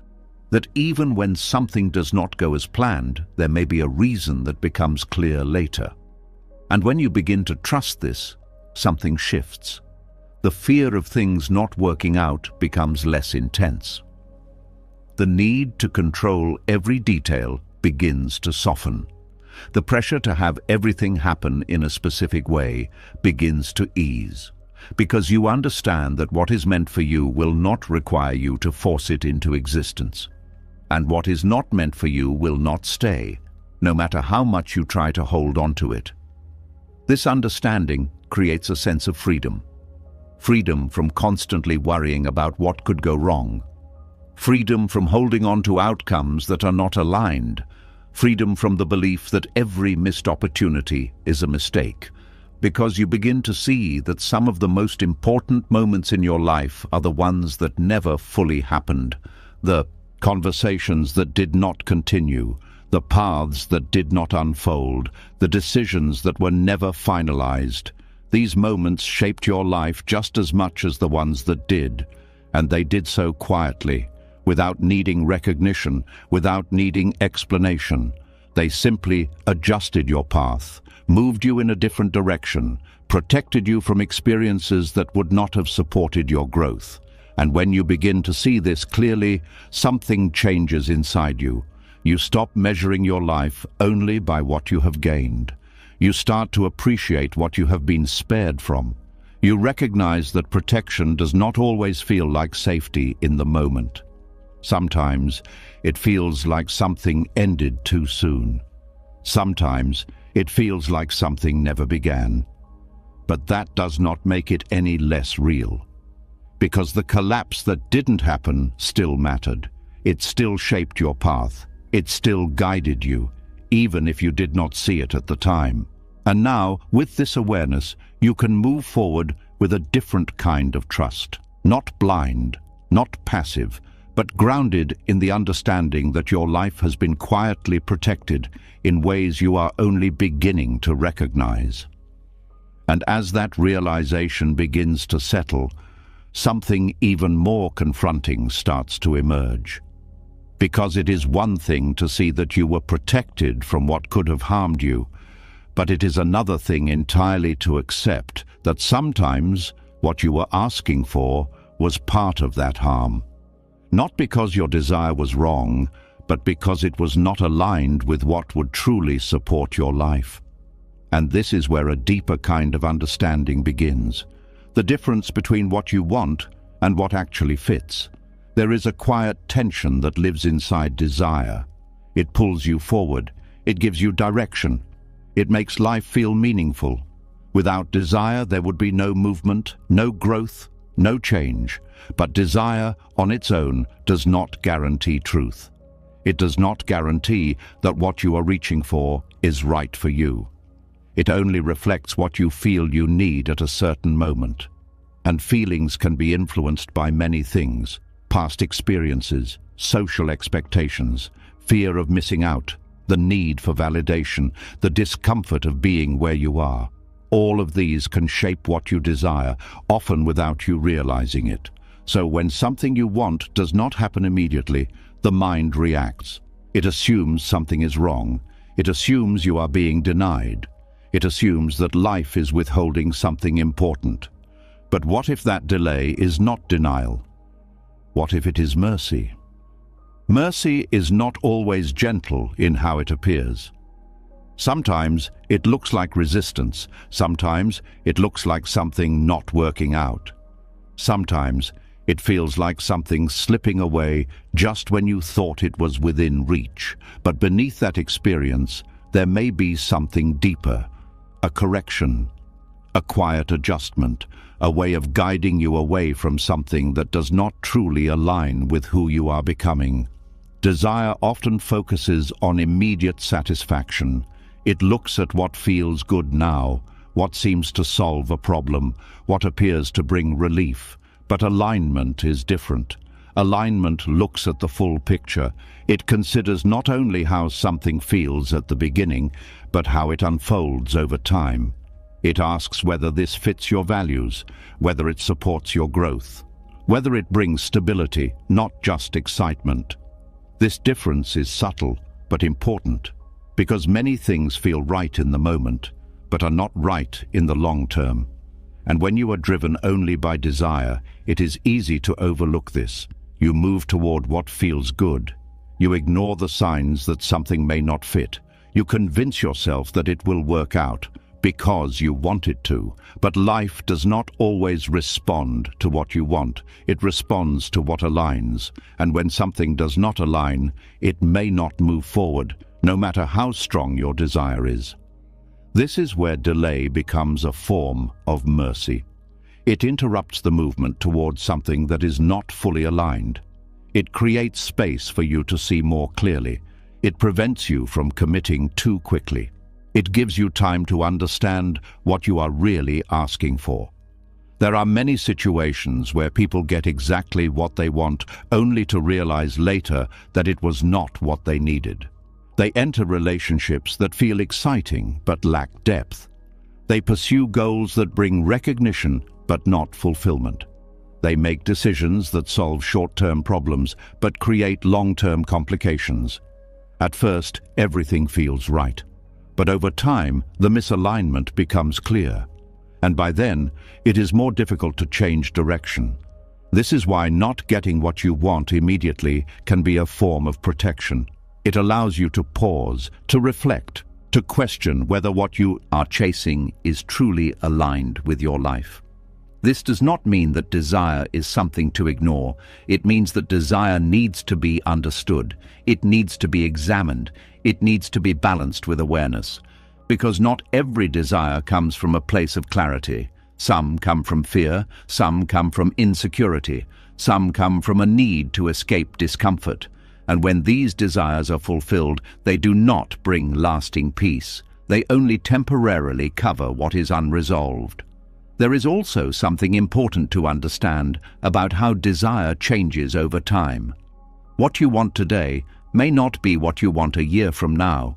As you grow, your perspective shifts, your values evolve, your understanding deepens, and things that once seemed important may no longer hold the same meaning. If everything you desired came to you immediately, you would not have the chance to outgrow certain desires. You would be locked into choices that were based on a previous version of yourself. But when there is delay, there is space for your desire to evolve, to become more aligned with who you are becoming. This evolution is important because it ensures that what you eventually receive fits your current state, not your past one. There is also a deeper layer to this. Sometimes what you want is not the actual thing. It is what you believe that thing will give you. You may think you want success, but what you really want is a sense of worth. You may think you want a relationship, but what you really want is connection. You may think you want a certain outcome, but what you really want is relief from uncertainty. When desire is based on these deeper needs, it can become misplaced. You chase something external, believing it will resolve something internal. But external outcomes cannot fully resolve internal states. And when they do not, you are left feeling confused. Because you got what you wanted, but it did not bring the peace you expected. Delay helps reveal this. It gives you time to look beneath the surface of your desires, to understand what is really driving them, to see whether what you are chasing is the true source of what you need. This understanding allows you to make more aligned choices.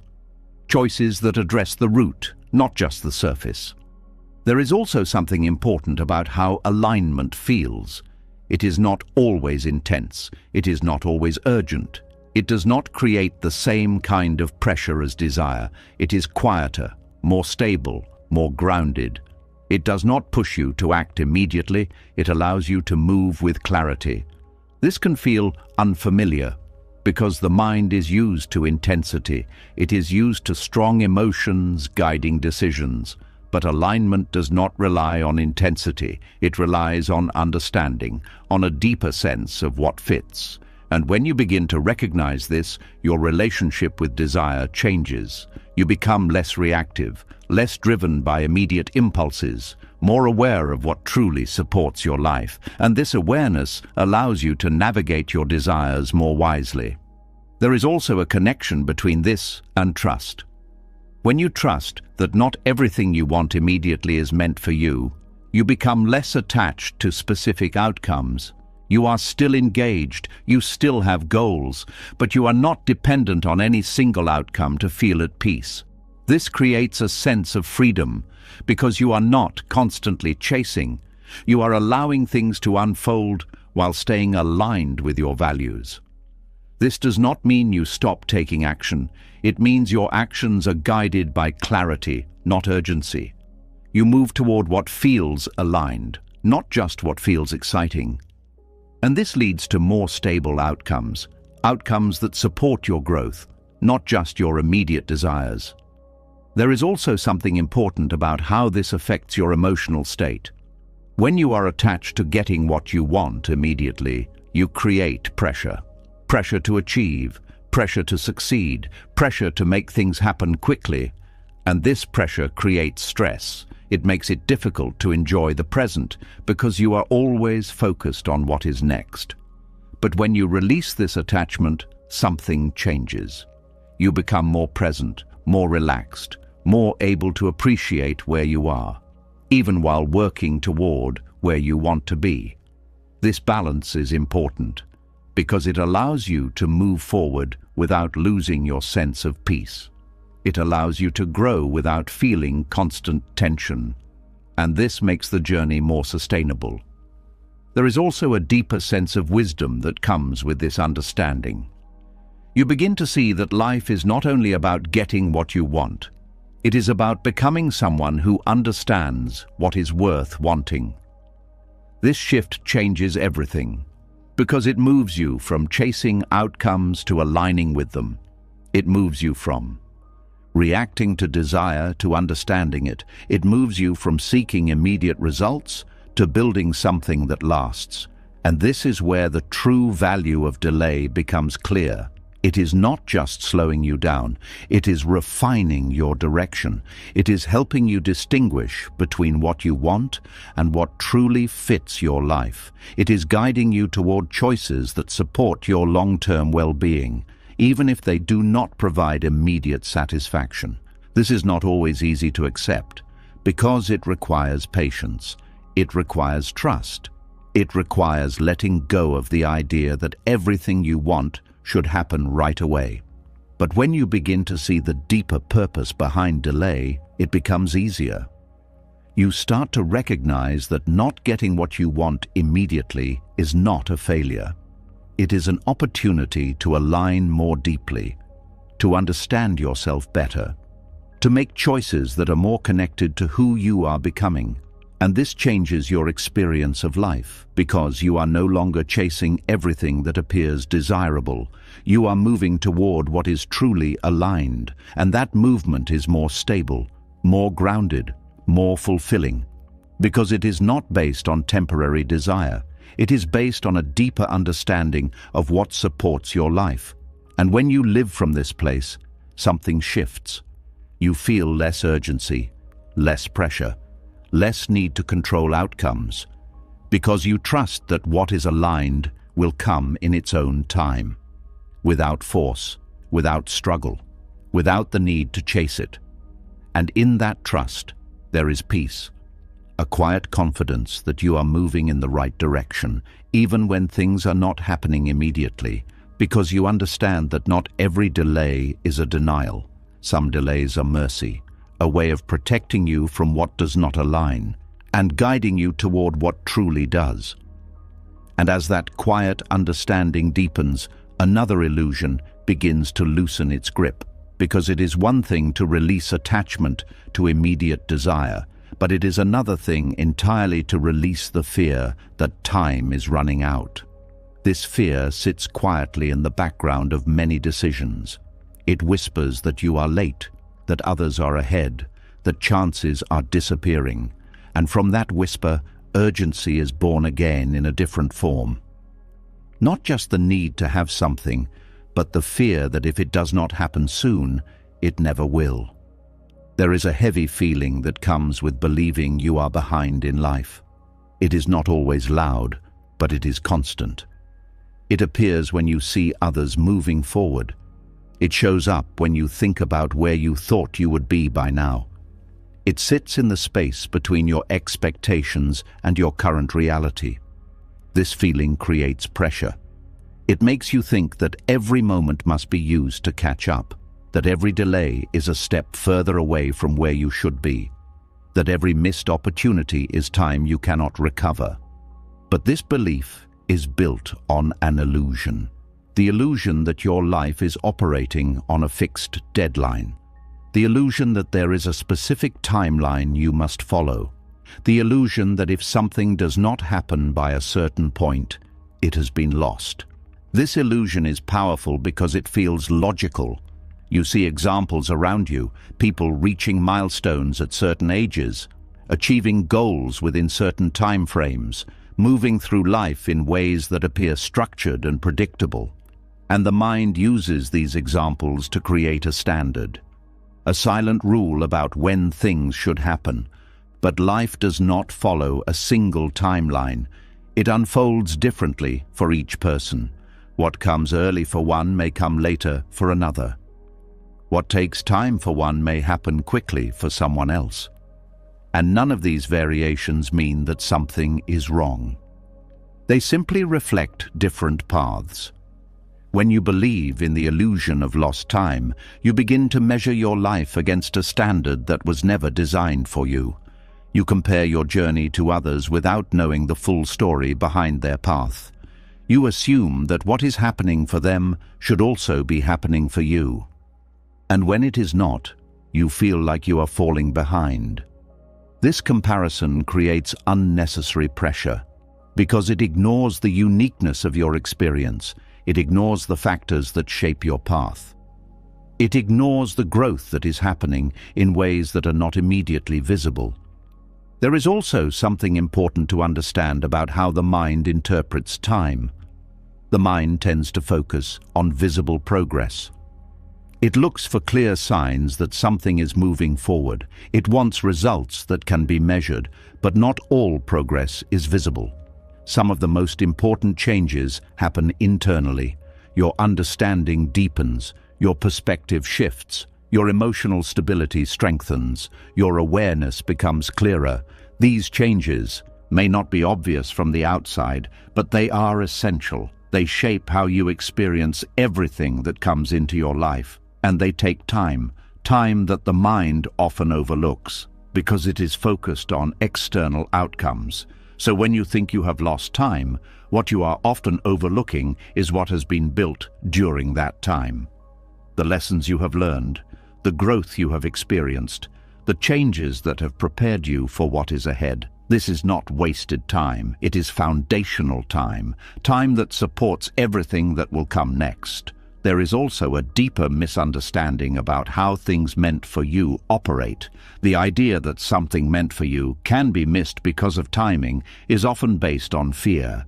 Fear that you did not act fast enough. Fear that you were not ready at the right moment. Fear that an opportunity has passed and will never return. But what is truly aligned with your life does not disappear because of a moment. It may change form. It may appear differently. It may take a different path. But it does not vanish simply because you did not reach it at a specific time. This is important because it removes the pressure to rush. It allows you to move at a pace that supports your growth. without feeling like you are losing something with every delay. There are many moments in life where something does not happen when you expect, but later returns in a different way.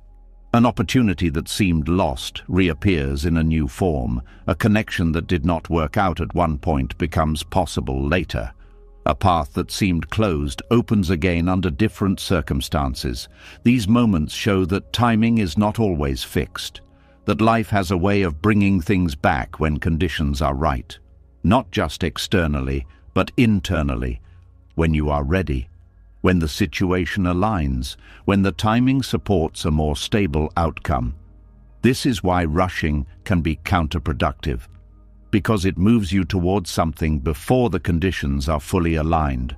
It pushes you into experiences that may not be sustainable. It creates outcomes that may not last. But when you allow time to unfold naturally, something different happens. Things align more deeply. Opportunities fit more naturally. Experiences become more stable because they are not forced. They are integrated into your life in a way that supports long-term growth. There is also something important about how you relate to the present moment. When you believe you have lost time, the present can feel like a place of lack, a place where you are not where you should be, a place that you need to escape as quickly as possible. But this creates disconnection because you are always focused on what is missing. You are not fully engaged with what is here, and when you are not present, you miss opportunities that exist right now. Opportunities to learn, to grow, to connect, to experience life as it is. These opportunities are often subtle. They do not always look like major changes, but they contribute to your overall path. They shape your understanding. They prepare you for what is coming. And when you are present, you are more able to recognize them, more able to engage with them, more able to use them to support your growth. There is also a connection between the illusion of lost time and the need for control. When you believe time is limited, you try to control outcomes more tightly. You push harder. You make decisions quickly. You act from a place of urgency. But control does not always create better results. It can lead to choices that are not fully considered. It can create stress that affects your ability to think clearly. It can move you toward outcomes that are not aligned with your deeper values. But when you release the belief that time is running out, something changes. You become more thoughtful, more intentional, more aware of what you are doing and why. This leads to better decisions, decisions that support your long-term well-being, decisions that align with who you are becoming. There is also something important about how this understanding affects your sense of self. When you believe you are behind, you may start to question your worth. You may feel like you have not done enough, like you are not where you should be. But these thoughts are based on comparison, not reality. Your worth is not determined by how quickly you reach certain milestones. It is not defined by external timelines. It is inherent. And when you understand this, you begin to relate to yourself differently, with more compassion, with more patience, with more acceptance of where you are in your journey. This creates a healthier relationship with your own growth, because you are not constantly judging yourself against an external standard. You are allowing yourself to develop in a way that is authentic to you. There is also a deeper sense of trust that emerges from this understanding. Trust that your life is not limited by a clock. Trust that what is meant for you will not be lost because of timing. Trust that your path is unfolding in a way that supports your growth. This trust does not mean you stop taking action. It means your actions are not driven by fear. They are guided by clarity, by alignment, by a deeper understanding of what supports your life. This creates a different experience. You move forward with intention, not urgency. You make decisions based on understanding, not pressure. You engage with life in a way that is more balanced, more grounded, more sustainable. There is also something important about how this affects your experience of waiting. When you believe time is being lost, waiting feels painful. It feels like something is slipping away. But when you understand that time is not being lost, waiting becomes different. It becomes a space for growth, for reflection, for preparation. It becomes part of the process, not something separate from it. This changes your relationship with waiting. You no longer resist it as strongly. You become more open to what it offers, more willing to use it to support your development. And this makes the waiting less stressful, more meaningful. There is also a deeper sense of peace that comes from releasing the illusion of lost time. Because you are no longer constantly looking ahead with anxiety, you are more present, more engaged with what is happening now, more able to appreciate your current experience, even while working toward future goals. This balance is important because it allows you to enjoy the journey, not just the outcome. It allows you to find value in each stage of your life, not just the ones that match your expectations. And this creates a more fulfilling experience because you are not waiting for life to begin. You are living it as it unfolds.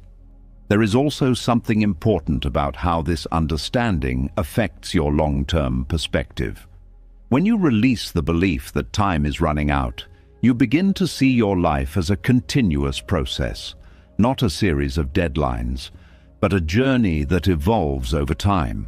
This perspective allows you to make decisions that support your overall path, not just immediate results. It encourages you to think about sustainability, about growth, about alignment, and this leads to outcomes that are more stable, more meaningful, more connected to who you are. There is also a connection between this understanding and your ability to adapt. When you are not attached to a specific timeline, you are more flexible, more open to changes, more able to adjust your path when needed. This flexibility is important because life rarely follows a fixed plan. It requires you to adapt, to respond to new information, to move in different directions when necessary. And when you are not constrained by rigid timelines, you are better able to do this. You are less resistant to change, more open to new possibilities, more able to move with the flow of your life. And this creates a smoother experience. Less tension, less frustration, more alignment with what is unfolding. There is also something important about how this understanding affects your sense of opportunity. When you believe time is limited, opportunities feel scarce. You feel like you must take what is available immediately, because it may not come again. But when you understand that what is meant for you is not bound by a strict timeline, opportunities feel different. They feel more abundant, more aligned, more connected to your path. You are able to choose more carefully, to wait for what fits, to engage with opportunities that support your growth. And this leads to better outcomes, because you are not acting from fear. You are acting from understanding. And when you live this way, something shifts. The pressure begins to fade. The sense of urgency begins to soften. The fear of missing out begins to lose its grip, because you understand that your life is not a race against time. It is a process of alignment, a journey that unfolds in its own way, at its own pace. And when you trust this, even slightly, you begin to experience life differently, with more ease, more clarity, more confidence in your path, because you know that nothing meant for you operates on a deadline, and nothing truly aligned with your life will be lost because it did not happen at a specific moment. It will arrive when it fits, when you are ready, when the conditions support it, and when it does, it will not feel rushed. It will feel right. And that is something that no timeline can replace.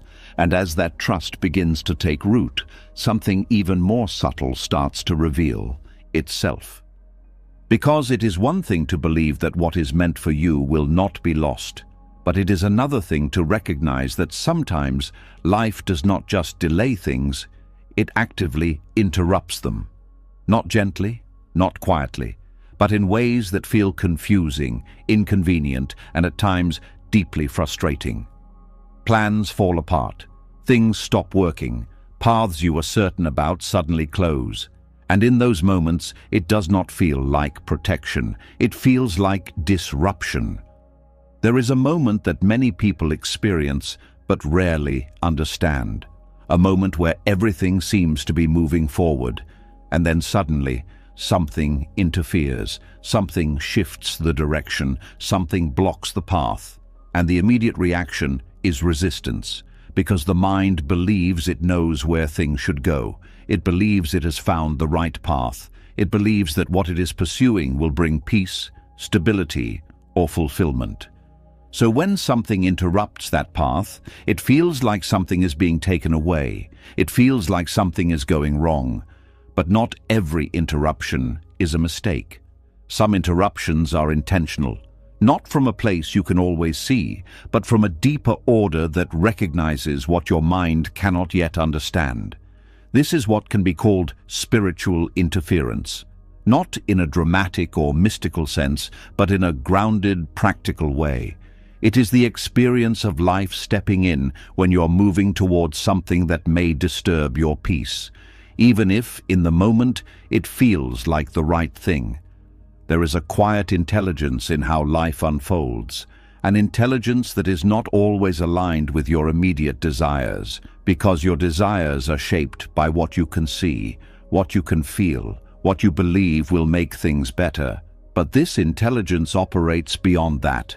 It considers consequences you cannot yet predict, paths you have not yet walked, outcomes that are not immediately visible, and sometimes it interrupts your plans to protect you from those outcomes. This kind of interruption can take many forms: a sudden delay that prevents you from moving forward, a change in circumstances that forces you to reconsider, a loss of interest in something you once felt strongly about, a situation that no longer fits, even though it once did. These experiences can feel confusing, because they do not always come with clear explanations. They do not always make sense in the moment, and the mind, seeking clarity, often tries to fix or overcome them. It tries to push through the interruption, to restore the original plan, to regain the sense of control that was lost. But sometimes the interruption is the message, not something to fix, but something to understand. There is a difference between obstacles that require effort and interruptions that require awareness. Obstacles challenge you to grow stronger. They test your ability to persist. They require action. But interruptions often ask for something different. They ask for reflection, for pause, for a willingness to step back and reconsider the direction you were moving in. And this is not always easy, because stepping back can feel like losing progress, like giving up on something important, like admitting that something was not as right as you thought. But it is in this space that clarity begins to form, because when you are constantly moving forward, it is difficult to see the full picture. You are focused on the next step, the next goal, the next outcome. But when something interrupts that movement, it creates space to observe, to reflect, to understand what may not have been visible before. There is also something important about how peace is experienced. Peace is not only the absence of conflict, it is a state of alignment, a sense that what you are doing fits your life in a deeper way, that it supports your well-being, that it does not create unnecessary tension or instability. But sometimes what you are pursuing may not support that kind of peace, even if it appears beneficial on the surface. It may create stress that you have not yet fully felt. It may introduce challenges that disrupt your stability. It may lead you into situations that are not aligned with your values. And because these effects are not immediate, they are easy to overlook. You focus on the potential benefits, on what you hope to gain, on what seems attractive, but life may see beyond that, and in doing so, it may interrupt your path before those deeper consequences unfold. This is not punishment. It is preservation, a way of maintaining your inner balance, even if it requires temporary discomfort. There is also a deeper layer to this. Sometimes you are not only being protected from external outcomes, but from internal disruption, from becoming someone who is not aligned with your deeper self, because the paths you choose do not only shape your circumstances, they shape who you become. They influence your habits, your thoughts, your emotional patterns, your sense of identity. And not every path supports the person you are becoming. Some paths may lead you away from your values, away from your sense of peace, away from the stability you need. And when that is the case, interruption becomes necessary. Not to stop your progress, but to redirect it, to bring you back into alignment. There is also something important about how this affects your relationship with control. When you experience repeated interruptions, it can challenge your sense of certainty. It can make you question your plans, your decisions, your understanding of your path. And this can feel uncomfortable, because the mind prefers certainty. It prefers clear direction. It prefers to know what is coming next. But life does not always operate within that framework. It requires flexibility, adaptation, a willingness to move with changes that are not always predictable. And when you begin to accept this, your relationship with control begins to shift. You become less rigid, less attached to specific outcomes, more open to what is unfolding. This does not mean you stop planning. It means you hold your plans more lightly. You allow room for adjustment, for change, for new information to guide your direction. And this creates a different kind of stability, not based on control, but on adaptability. There is also a connection between interruption and awareness. When everything is going according to plan, it is easy to move on autopilot, to follow a path without questioning it deeply, to assume that because something is working, it is right. But interruption breaks that pattern. It brings your attention back. It forces you to become more aware of what you are doing, why you are doing it, whether it truly aligns with your deeper intentions. This awareness is valuable because it allows you to make more conscious decisions, to move forward with greater clarity, to choose paths that are more aligned with your well-being. There is also something important about how you interpret these interruptions. If you see them only as obstacles, you may respond with frustration, with resistance, with a desire to push through at all costs. But if you begin to see them as signals, something changes. You become more curious, more open to understanding what they are showing you, more willing to pause and reflect. This shift in perspective can transform your experience because you are no longer fighting against what is happening. You are engaging with it, learning from it, using it to guide your decisions. There is also a deeper sense of trust that develops from this.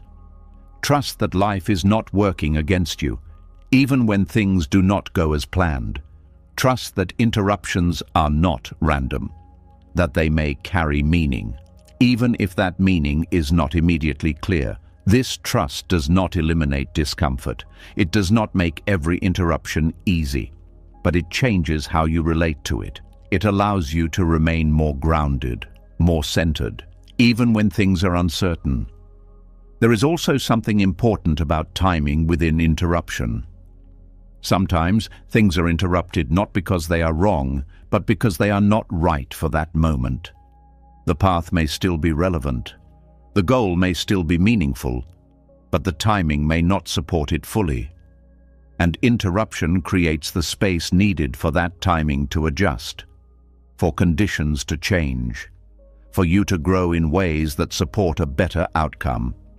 This is why not every interruption leads to a permanent change. Some lead to temporary redirection, a pause, a shift in pace, a chance to approach the same path with greater awareness later.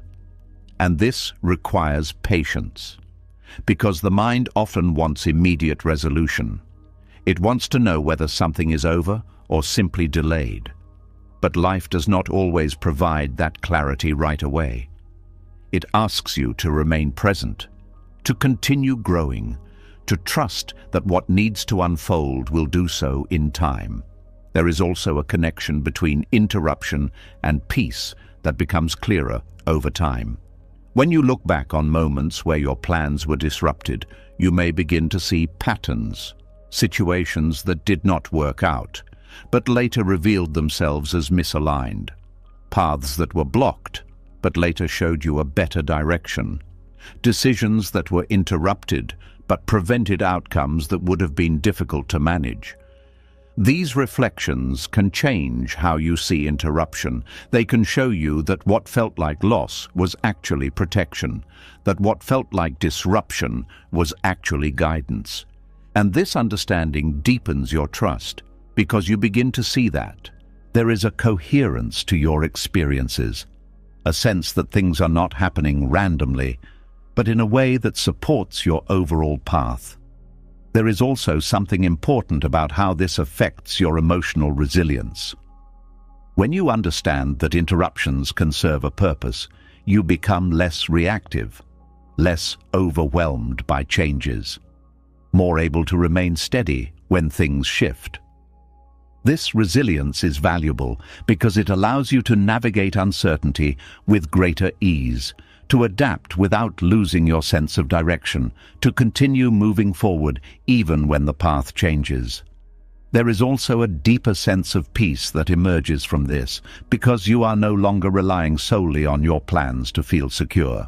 You are not dependent on everything going exactly as expected. You are able to find stability within yourself, even when external circumstances change, and this is a powerful shift, because it allows you to experience peace in a more consistent way, not just when things are going well, but even when they are not.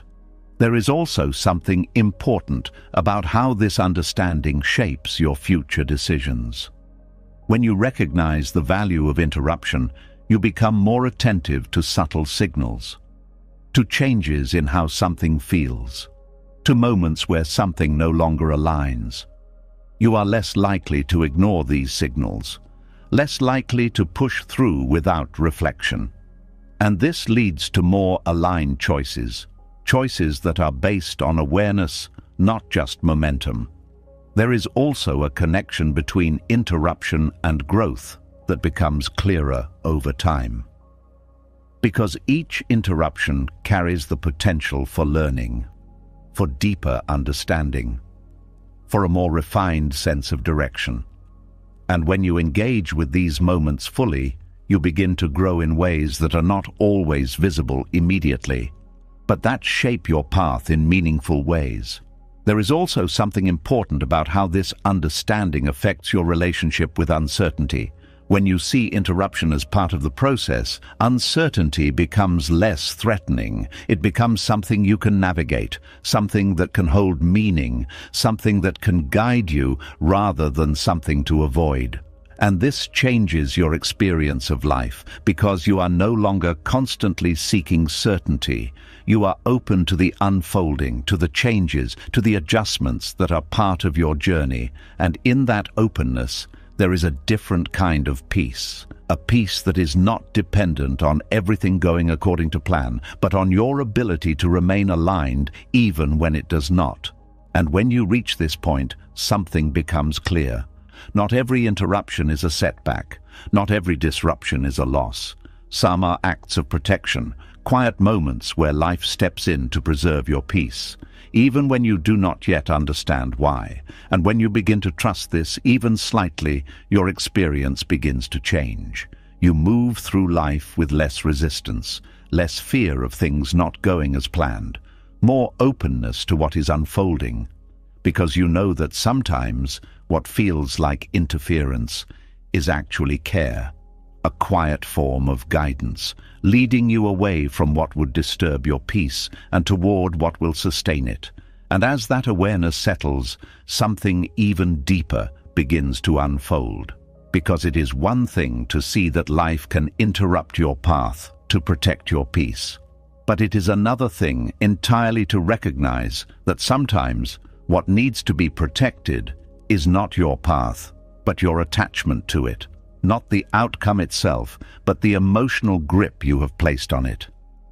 The quiet dependence that forms when you begin to believe that something outside of you must happen in order for you to feel complete. There is a subtle tension that builds when you become emotionally attached to an outcome. It does not always feel intense at first. In the beginning, it feels like hope, like excitement, like motivation. You look forward to something, you plan around it. You imagine how it will feel when it finally happens. And slowly, without noticing, your emotional state begins to tie itself to that possibility. You start to believe that when it happens, things will finally feel right. That when it comes, you will feel at peace. That when it arrives, something inside you will settle. But this is where the attachment begins, because your sense of stability becomes dependent on something that has not yet occurred. And when that thing is delayed, the emotional effect becomes clear. Restlessness begins to grow, impatience starts to build. The mind revisits the outcome again and again, trying to predict when it will happen, trying to find ways to make it happen faster, trying to regain a sense of control. This is not just desire anymore, this is dependence, and dependence creates pressure, because your peace is no longer self-contained. It is tied to timing, to circumstances, to things that are not fully within your control. And this is where delay begins to serve a deeper purpose, not just to redirect your path, but to loosen that dependence, to gently separate your emotional state from the outcome you are holding on to. At first, this can feel uncomfortable, because the attachment is still strong. You still want the outcome. You still believe it will bring something important. So when it does not happen, the mind resists. It questions. It searches for reasons. It tries to hold on to the expectation. But over time, something begins to shift. Not because you stop wanting it completely, but because the intensity begins to fade. The emotional charge weakens. The constant thinking reduces. The sense of urgency softens. And slowly, you begin to experience something different. A space between you and the outcome, a distance that allows you to see it more clearly, without the same level of emotional pull. This is detachment, not indifference, not giving up, but a balanced state where your peace is no longer dependent on a specific result. And this is where true stability begins, because when you are detached, your emotional state becomes more consistent. You are not constantly moving between hope and disappointment, between anticipation and frustration. You remain steady, engaged but not consumed, interested but not dependent. And this changes how you experience life, because you are no longer waiting for something to happen in order to feel okay. You are able to feel okay while things are still unfolding. There is also something important about how detachment affects your perception. When you are attached to an outcome, your view becomes narrow. You focus on that one possibility, that one path, that one result. And this can cause you to overlook other opportunities, other directions, other possibilities that may be more aligned. But when detachment begins to develop, your perception expands. You become more open, more aware of what is around you, more able to see alternatives. This does not mean you lose direction. It means your direction becomes more flexible, more responsive to what is actually unfolding. And this allows you to move more wisely, because you are not forcing a single outcome. You are working with what is available, adapting as needed. There is also a deeper emotional benefit to this. When you are detached, you experience less fear. Less fear of things not working out, less fear of losing something you do not yet have, less fear of uncertainty, because your sense of stability is not tied to a specific result. It is rooted within you, and this creates a sense of freedom, because you are no longer controlled by outcomes. You are not constantly reacting to whether things are going as planned. You are able to remain centered, regardless of external changes. This does not mean you stop caring. It means your care is not dependent. It is not fragile. It is steady. And this steadiness allows you to engage with life in a healthier way. There is also something important about how detachment influences your decisions. When you are attached, your decisions can be driven by fear. Fear of missing out, fear of losing an opportunity, fear of not getting what you want, and this fear can lead to choices that are not fully aligned, choices made too quickly, without enough clarity. But when you are detached, your decisions come from a different place, from understanding, from awareness, from a deeper sense of what fits your life. And this leads to better outcomes, because you are not acting out of pressure, you are acting out of clarity. There is also a connection between detachment and patience. When you are emotionally dependent on an outcome, waiting becomes difficult. Every moment feels like a delay. Every day feels like something is missing. But when detachment develops, waiting becomes easier. Not because you no longer care, but because you are not suffering in the absence of the outcome. You are able to remain present, to engage with your current experience, to continue growing without feeling incomplete. And this changes the quality of your time, because you are not simply waiting for something to happen. You are living, fully engaged with what is here.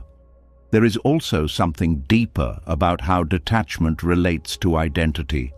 When you are attached to an outcome, you may begin to associate it with who you are. You may believe that achieving it will define you, that it will confirm your worth, that it will validate your efforts. But this creates a fragile sense of identity, because it depends on something external, something that may or may not happen, and when it does not happen, it can lead to doubt, to questioning your value, your direction, your choices.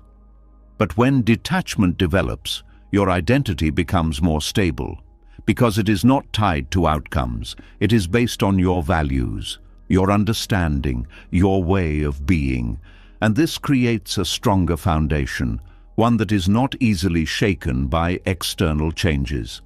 There is also a connection between detachment and trust. When you are less attached, you are more able to trust the process, to allow things to unfold without constant interference, without trying to control every detail. And this trust creates a different experience, because you are not constantly managing. You are allowing, responding when needed, but not forcing.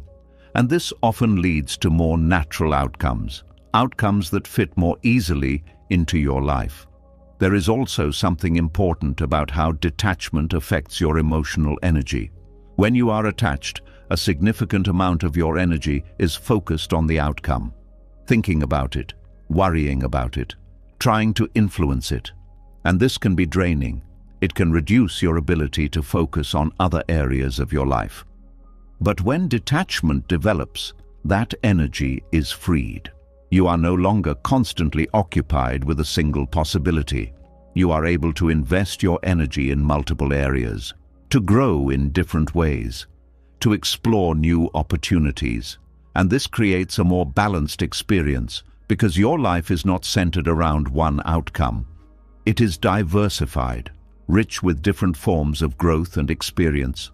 There is also a deeper sense of peace that comes from this, because you are no longer waiting for a specific result to feel complete. You are able to experience contentment in the present, even while moving toward future goals. And this balance is important, because it allows you to pursue growth without losing your sense of peace, to strive without becoming restless, to move forward without feeling incomplete. There is also something important about how this understanding changes your relationship with delay. When you are attached, delay feels like suffering, like something is being withheld.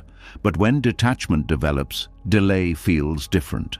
It becomes neutral, sometimes even beneficial, because you see it as a space for growth, for refinement, for deeper understanding. And this changes how you respond to it. You are less reactive, less frustrated, more accepting, more able to use that time in meaningful ways. There is also a connection between detachment and resilience. When your emotional state is not tied to outcomes, you are less affected by changes, by setbacks, by delays. You are able to recover more quickly, to adapt more easily, to continue moving forward without losing your sense of direction. And this resilience is valuable, because it allows you to navigate life with greater ease. less emotional turbulence, more stability. There is also something important about how detachment influences your sense of fulfillment. When you are attached, fulfillment is always in the future. It depends on something that has not yet happened. But when detachment develops, fulfillment becomes more present. It is found in your current experience, in your growth, in your awareness, in the way you engage with life, and this creates a more consistent sense of satisfaction because it is not dependent on external events. There is also a deeper layer to this. Detachment does not mean you stop having goals. It means your goals do not control your emotional state. You can still pursue what you want, still work toward it, still care about it. But you are not defined by whether it happens or not, and this creates a healthier relationship with ambition, one that is balanced, sustainable, aligned with your well-being. There is also something important about how this affects your relationships. When you are attached to outcomes, you may place expectations on others. Expect them to behave in certain ways, to fulfill certain roles, to contribute to your desired results. But this can create tension, because others are not always able to meet those expectations. But when detachment develops, your relationships become more open, more accepting, less dependent on specific outcomes, and this allows for deeper connection, because it is not based on expectation, but on presence. There is also a connection between detachment and clarity. When you are not emotionally overwhelmed by an outcome, you are able to see things more clearly, to assess situations more accurately, to make decisions that are more aligned. And this clarity supports better outcomes, because it reduces the influence of emotional bias. It allows you to respond rather than react. And when you reach this point, something becomes clear. Delay was never just about time. It was about loosening the hold that outcomes had on your emotional state. It was about creating space between you and your expectations, so that you could experience life with more balance, more clarity, more peace. And when that space is created, even slightly, everything begins to feel different. You are no longer chasing in the same way, no longer holding on with the same intensity. You are moving forward, but with ease, with awareness, with a sense of inner stability that is not dependent on what happens next. And in that state, something powerful emerges, a quiet confidence, a steady presence, a peace that is not easily disturbed, because it is not built on outcomes. It is built on understanding, on alignment, on the ability to remain centered regardless of what is delayed, what is changing, or what is still unfolding. And when you live from that place, delay no longer feels like something being taken away. It feels like something being given, the space to detach, the space to grow, the space to become someone who is no longer controlled by outcomes, but guided by a deeper sense of peace. And as that sense of inner space becomes more familiar, something even quieter begins to reveal itself. Because once you are no longer chasing outcomes with the same intensity, once the emotional grip begins to loosen, you start to notice something that was always there, but never fully seen. A kind of movement that does not look like movement. A kind of progress that does not announce itself. The realization that even when nothing seems to be happening on the outside, something is still unfolding within. There is a phase in life that feels like stillness. A phase where things appear unchanged, where effort does not seem to produce visible results, where days pass without clear signs of forward motion. And in this phase, the mind becomes restless again. It starts to question. It wonders if anything is working. It looks for evidence of progress and struggles to find it, because the mind is trained to recognize movement through visible change, through results, through clear outcomes. But not all preparation is visible. Some of the most important work happens beneath the surface, quietly, gradually, without recognition. This is invisible preparation, a process that unfolds internally while the external world appears unchanged. It is the shift in how you think, the way your reactions begin to soften, the way your awareness becomes sharper, the way your understanding deepens, even without a clear event triggering it.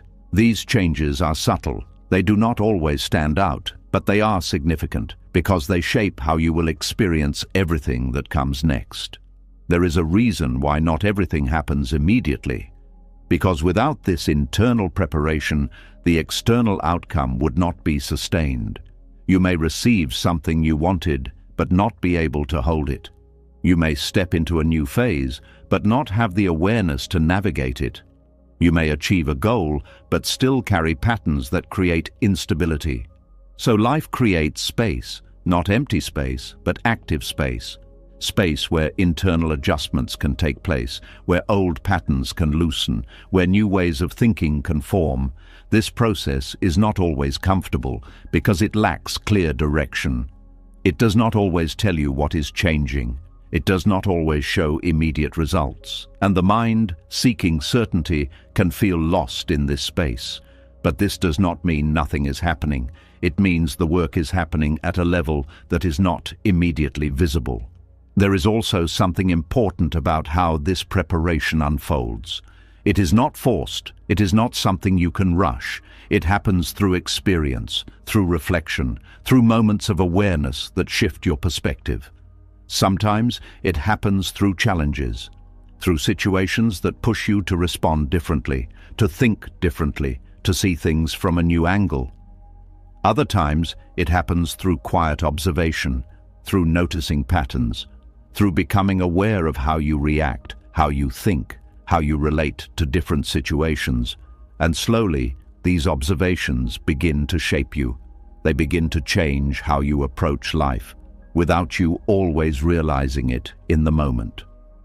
There is also a deeper layer to this. Invisible preparation often involves letting go of old beliefs, old expectations, old ways of seeing yourself and the world. And this process can feel like loss, because you are releasing something familiar, something that once defined your perspective. But in that release, space is created. Space for new understanding, for a more aligned way of thinking. And this is necessary, because growth is not only about adding new things, it is also about removing what no longer fits. There is also something important about how this phase affects your sense of progress. When you are used to measuring progress externally, this phase can feel stagnant, like nothing is moving. But when you begin to recognize internal changes, your understanding of progress shifts. You start to see value in subtle changes, in moments of clarity, in shifts in how you respond, in the way you handle situations differently than before. And this changes your experience, because you are no longer waiting for external results to feel like you are moving forward. You are able to recognize growth in real time, even when it is not visible to others. There is also a connection between invisible preparation and patience. This phase requires you to trust that something is happening even when you cannot see it, to remain engaged without constant validation, to continue moving forward without immediate confirmation.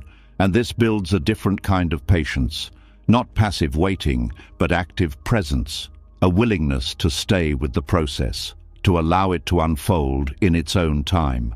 This patience strengthens your ability to handle uncertainty, because you are no longer dependent on constant feedback. You are able to remain steady, even when things are not clearly defined. There is also something important about how this preparation shapes your readiness. Readiness is not only about having the opportunity, it is about having the capacity to handle it, to sustain it, to integrate it into your life in a stable way. And this capacity is built during these quiet phases, when you are not focused on outcomes, but on understanding, on awareness, on internal alignment. This is where your foundation is formed, the way you think, the way you respond. the way you relate to yourself and others. And this foundation determines how you will experience future outcomes, because the same situation can be experienced very differently depending on your internal state. There is also a deeper connection between invisible preparation and clarity. When you are constantly moving, constantly chasing results, it is difficult to see clearly. You are focused on doing, on achieving, on progressing. But when things slow down, when external movement is reduced, something else becomes possible. You have space to reflect, to observe, to understand. And this leads to clarity. Not forced clarity, but natural clarity. The kind that emerges when you are not overwhelmed by constant activity. And this clarity allows you to make better decisions, to choose paths that are more aligned, to recognize what fits and what does not. There is also something important about how this phase affects your emotional state. When you begin to understand that internal work is happening, even when external results are not visible, your frustration begins to soften. You become less resistant to the stillness, more accepting of the process. And this creates a different emotional experience. Less tension, less impatience, more openness, more trust. There is also a connection between invisible preparation and resilience, because during this phase you are building strength in ways that are not immediately obvious. You are learning to navigate uncertainty, to remain steady without constant validation, to trust the process even when it is not clear. And this builds resilience, a deeper ability to handle change, to adapt, to continue moving forward even when the path is not fully visible. There is also something important about how this understanding changes your relationship with time. When you recognize that preparation is happening beneath the surface, time no longer feels wasted. It feels purposeful, even when it is quiet, even when it is slow. You begin to see that every moment contributes to your development, that nothing is truly empty. And this changes how you experience your days, because you are no longer waiting for something to happen. You are aware that something is already happening, internally, continuously. There is also a deeper sense of trust that develops from this. Trust that your life is not stagnant, even when it appears that way. Trust that growth is occurring, even when it is not visible. Trust that this phase has value, even if it does not provide immediate results. And this trust allows you to remain engaged, to continue showing up, to continue learning and growing, without needing constant confirmation. There is also something important about how this phase prepares you for future movement. Because when things do begin to shift externally, when opportunities arise, when paths open, you will not be the same person you were before. You will have more awareness, more clarity, more stability. And this will change how you engage with those opportunities. You will be more prepared, more aligned, more able to navigate what comes next. And this is the purpose of invisible preparation, not to delay your life, but to prepare you for it, to ensure that when things do move, they move in a way that is sustainable, that supports your growth, that aligns with who you are becoming. There is also a connection between this and your sense of identity, because during these quiet phases, you are not defined by external achievements. You are not measuring yourself by outcomes.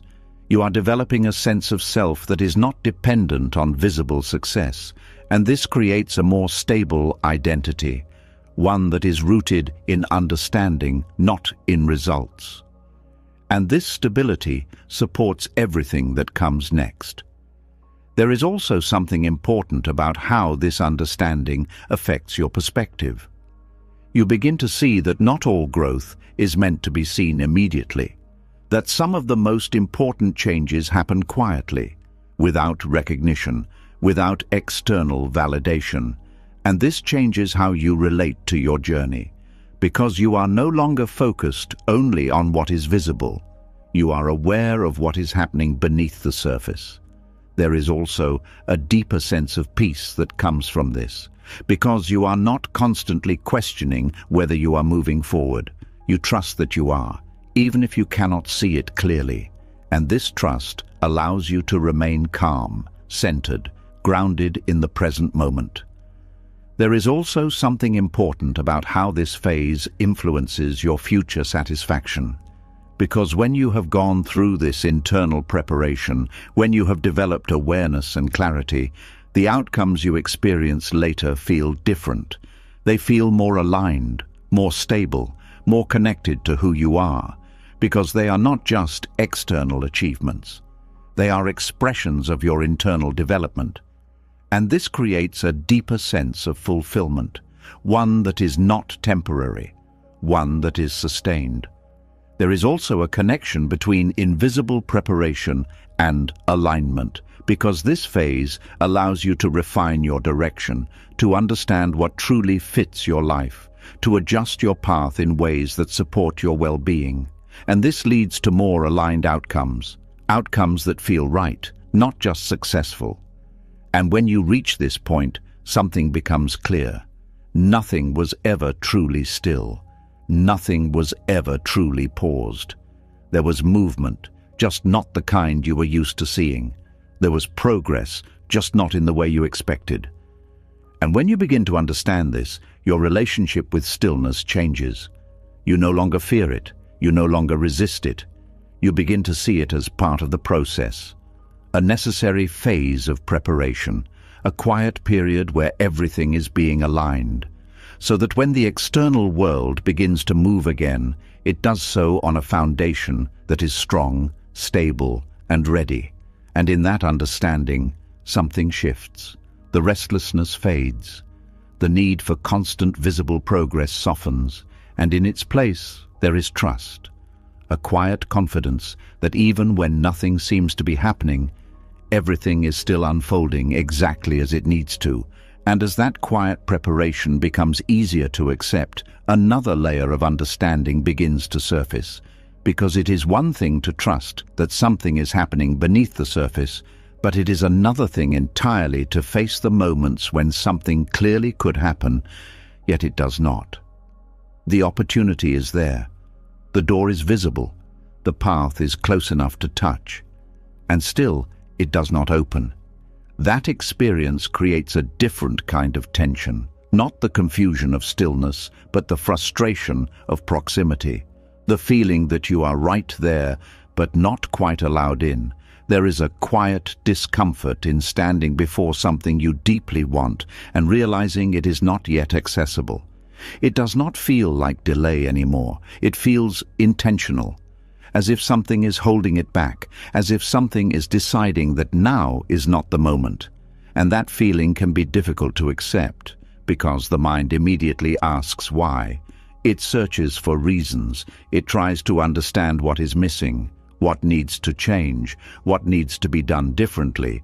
But not all doors remain closed because of external conditions. Some remain closed because of internal readiness. There is a kind of protection that does not come from removing opportunities, but from regulating access to them, not to deny you, but to prepare you, to ensure that when you step through, you can remain there without collapsing under the weight of what it requires. This is the gatekeeping of growth, not as a barrier, but as a filter, a way of ensuring that what enters your life matches the stability you have built within yourself. Because growth is not only about reaching new levels, it is about sustaining them. There are many things you can reach temporarily, through effort, through luck, through timing, but not everything you reach can be maintained without the right foundation. And without that foundation, what you gain can quickly become unstable. There are opportunities that look like progress on the surface, but carry hidden demands. Demands on your discipline, on your emotional control, on your ability to handle pressure, responsibility, and change. And if those inner structures are not yet stable, the opportunity can become overwhelming, not because it is too much, but because it arrived too soon. This is why life does not always give you access the moment you feel ready. Because feeling ready and being ready are not always the same. Feeling ready often comes from desire, from motivation, from wanting change, but true readiness is quieter.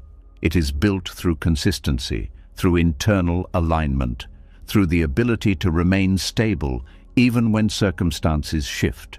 And this kind of readiness cannot be rushed. It develops over time, through experience, through reflection, through the quiet adjustments that happen when you are not focused on outcomes, but on understanding. There is also something important about how instability shows itself. It is not always obvious. It does not always appear as a clear weakness. Sometimes it is subtle. It shows in how you react under pressure, in how quickly your emotions shift when things do not go as expected, in how much external validation influences your sense of self, in how you handle uncertainty. These are the foundations that determine whether you can sustain what you receive. And if these foundations are not yet stable, opening certain doors too early can create more harm than growth. Because instead of supporting your development, the experience can destabilize you. It can reinforce patterns you are still trying to outgrow. It can create stress that overwhelms your current capacity. And in that sense, the closed door is not a denial. It is protection, not from the opportunity itself, but from the version of you that is not yet ready to hold it. There is also a deeper layer to this. Sometimes what you are asking for requires a different version of you, not a completely different person, but a more developed one, someone with greater awareness, greater emotional stability, greater clarity about what truly matters. And until that version begins to form, access remains limited. Not because you are being judged, but because the alignment is not yet complete. There is also something important about how this process shapes your patience. When you begin to understand that closed doors are not always rejection, your relationship with waiting changes. You become less reactive, less focused on forcing outcomes, more willing to invest in your internal development, because you begin to see that what you are building within yourself is directly connected to what becomes available to you. This creates a different kind of motivation, not driven by urgency, but by alignment. You are not trying to reach something as quickly as possible. You are working to become someone who can sustain it when it arrives. And this shift is important because it changes the direction of your effort, from external chasing to internal strengthening. There is also a connection between this and trust. When doors remain closed, it can challenge your belief in your path. It can make you question whether you are moving in the right direction, whether what you are working toward is even meant for you. But when you begin to understand the gatekeeping nature of growth, something shifts. You start to see that the delay may not be about the destination, but about the preparation. That the path is still valid, but the timing requires deeper alignment.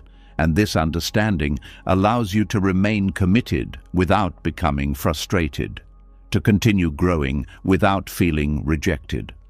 There is also something important about how this affects your sense of self-worth. When you interpret closed doors as failure, it can lead to self-doubt, to questioning your ability, your value, your direction. But when you see them as part of the process, your perspective changes. You no longer see yourself as lacking. You see yourself as developing, as being in a phase of preparation. And this creates a healthier relationship with your growth, because it is not based on immediate results. It is based on continuous development. There is also a deeper sense of responsibility that comes with this understanding.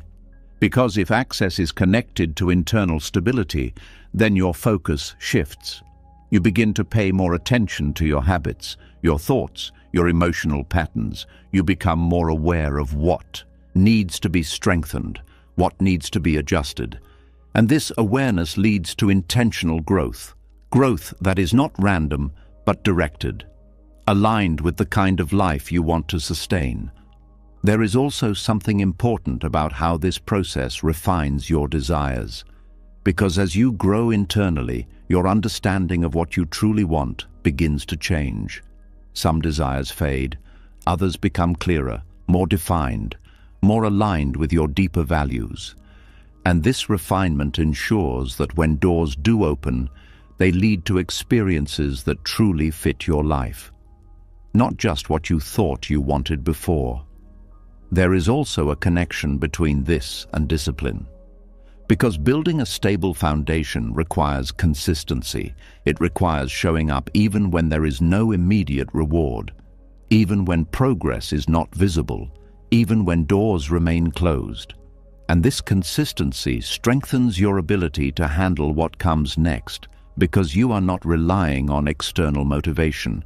You are guided by internal commitment.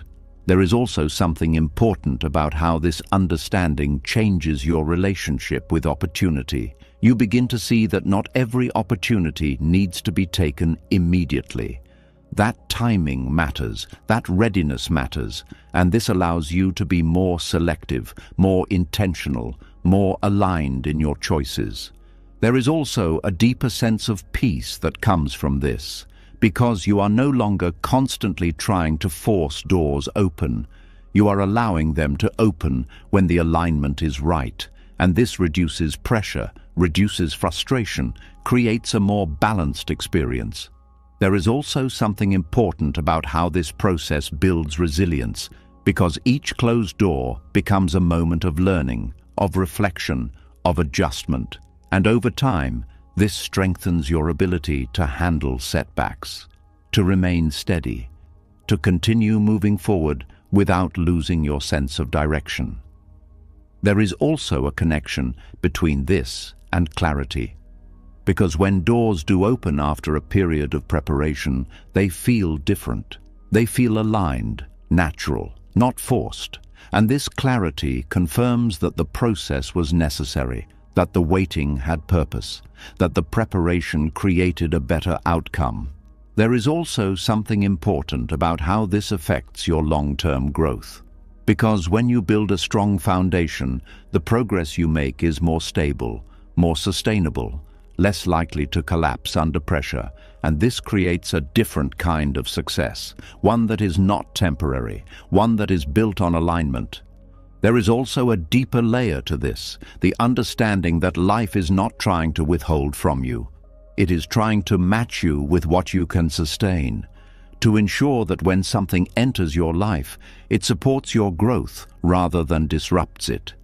And when you begin to see it this way, something changes. The frustration begins to fade. The need to force outcomes begins to soften. And in its place, there is patience. A quiet willingness to grow into what you are asking for, to become ready, not just eager, to build the kind of stability that allows you to hold what you receive. And when you reach that point, something becomes clear. The doors were never closed against you, they were closed for you, until the moment came when your inner foundation was strong enough to walk through and remain standing on the other side. And as that understanding settles in, another quiet truth begins to surface. Because it is one thing to accept that doors may stay closed until you are ready, but it is another thing entirely to face the moments when you were certain you were ready, certain you were right, certain the path ahead was clear, and still something slows you down, not because you lacked effort, not because you lacked belief, but because something deeper was not aligned. There is a kind of confidence that feels strong on the surface. It feels convincing. It feels certain. It tells you that this is the right move, that this is the right direction, that everything will work out if you just keep going. And when you feel this, it becomes easy to commit fully, to invest your time, your energy, your focus, to move forward without hesitation.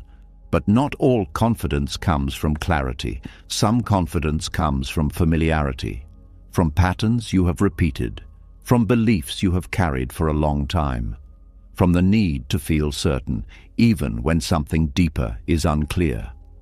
And this is where something subtle begins to happen.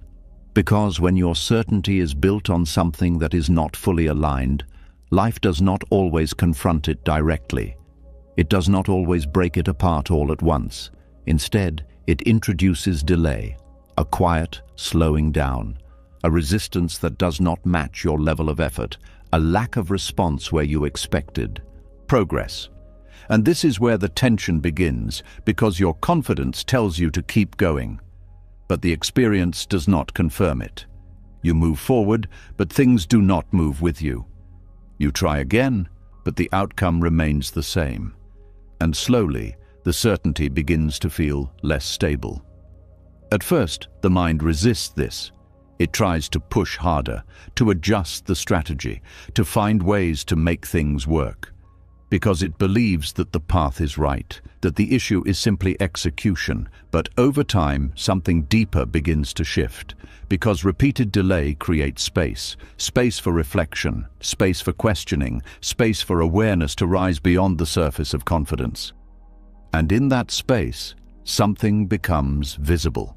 Not immediately, not all at once, but gradually. The realization that the path you were certain about may not fully align with who you are becoming.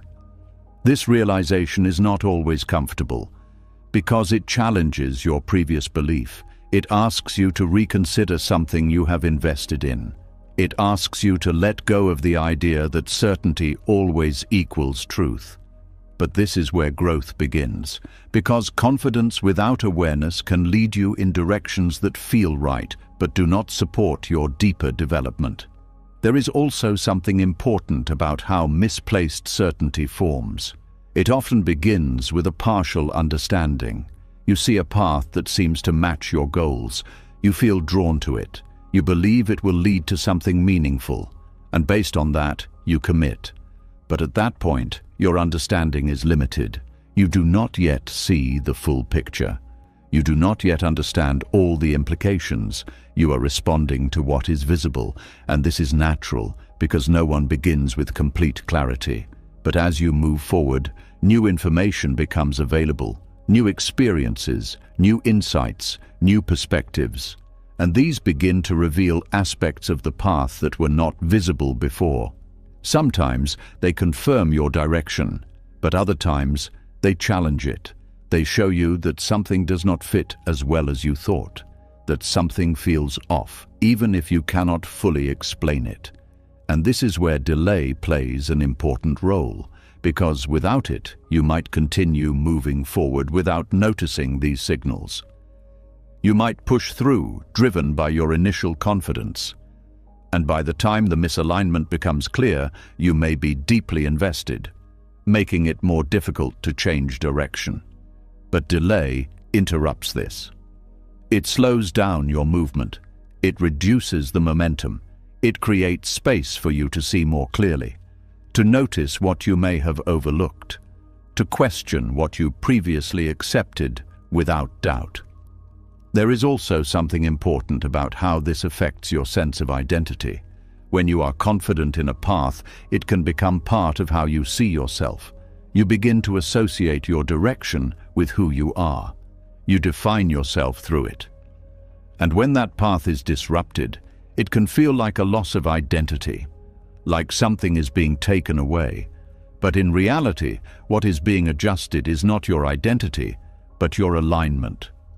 You are being guided toward a version of yourself that is more accurate, more connected to your deeper values, more stable in the long term.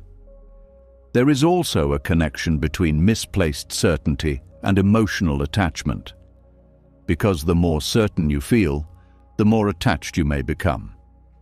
You invest more, you expect more.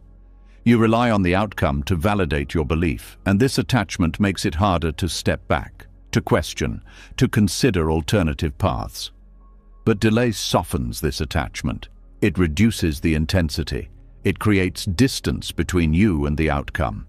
And in that distance, you gain perspective. You begin to see things more objectively, more clearly, without the same level of emotional influence.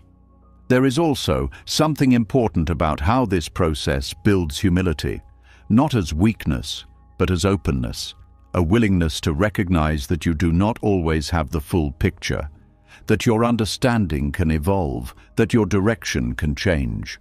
And this humility allows you to adapt, to adjust your path without feeling like you have failed, to grow without being limited by previous beliefs. There is also a deeper sense of intelligence in how delay interacts with certainty.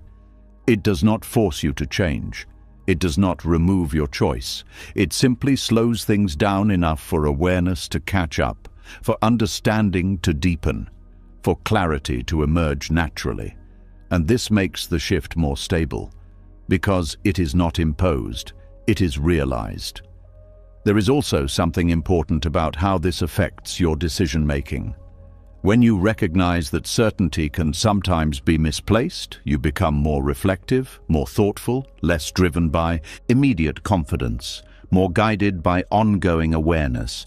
And this leads to better decisions, decisions that are not only based on what feels right in the moment, but on what continues to feel aligned over time. There is also a connection between this and trust. Trust, not only in life, but in your ability to adapt, to change direction when needed, to refine your understanding, without losing your sense of self. And this trust creates flexibility, because you are not rigidly attached to a single path. You are open to evolution, to growth, to new directions that may better fit your life. There is also something important about how this process protects your long-term well-being, because moving forward with misplaced certainty can lead to outcomes that are difficult to sustain, outcomes that create stress, that require constant adjustment, that pull you away from your natural alignment. But when delay interrupts this, it gives you the opportunity to adjust before reaching that point, to choose a path that is more stable, more supportive, more aligned with who you are becoming.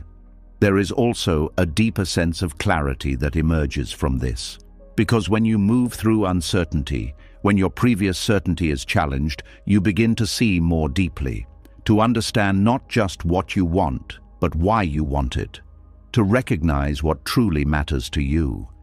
And this clarity becomes a stronger guide than initial confidence, because it is built on experience, on reflection, on a deeper understanding of yourself. There is also something important about how this affects your relationship with progress, because when certainty is disrupted, progress may not look linear. It may involve stepping back, reconsidering, changing direction, and this can feel like regression, but in reality, it is refinement, a process of aligning your path more accurately, and this leads to more meaningful progress, because it is not based on moving quickly, but on moving correctly.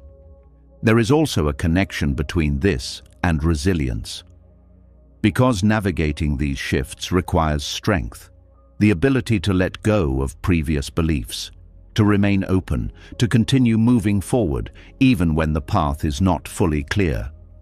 And this builds a deeper kind of resilience, one that is not dependent on certainty, but on adaptability. There is also something important about how this process shapes your future confidence, because once you have experienced misplaced certainty and adjusted through it, your confidence becomes more grounded, more stable, less reactive. It is no longer based only on initial feeling, but on ongoing alignment, and this makes it stronger, more reliable. There is also a deeper sense of peace that comes from this, because you are no longer trying to force your way forward based on what you once believed. You are allowing your understanding to evolve, your path to adjust, your direction to become clearer over time. And this reduces internal conflict, creates a more balanced experience. There is also something important about how this understanding changes your perspective on delay itself. You no longer see it as something that is holding you back. You begin to see it as something that is helping you see more clearly, to refine your direction, to align more deeply with your path. And when you reach this point, something becomes clear. Not every delay is about slowing you down. Some delays are about correcting your direction, gently disrupting the certainty that would have led you away from what truly fits your life. And when you begin to trust this, even slightly, your experience changes. You become less rigid, less attached to being right, more open to being aligned. And in that openness, there is growth, a deeper understanding of yourself, of your path, of the difference between what feels certain and what is truly right. And that understanding becomes your guide moving forward.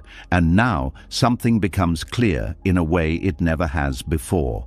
What you once called delay was never empty. It was never random. It was never life working against you. It was life slowing you down when your mind was rushing, redirecting you when your path was misaligned, protecting you when your desires were not yet stable, and preparing you in ways you could not see. Every pause had purpose. Every interruption carried meaning. Every closed door was not rejection, but quiet protection. You were not being denied. You were being guided away from what would disturb your peace. Guided toward what you can actually sustain. Guided into becoming someone who no longer depends on outcomes to feel whole. And maybe now, when you look back, certain things begin to make sense. The timing that once felt wrong, the opportunities that slipped away, the paths that suddenly stopped. What if none of it was a mistake? What if it was all protection? If something in this shifted the way you see your life, take a moment and share it. What is one delay you once resented that you now realize may have protected you? Drop it in the comments. Someone reading it might finally understand their own story. And if you're ready to see life differently, to think deeper, and to move with clarity instead of pressure, subscribe to the channel, because this is where you learn to trust what you cannot yet see and become unshaken by what you once feared.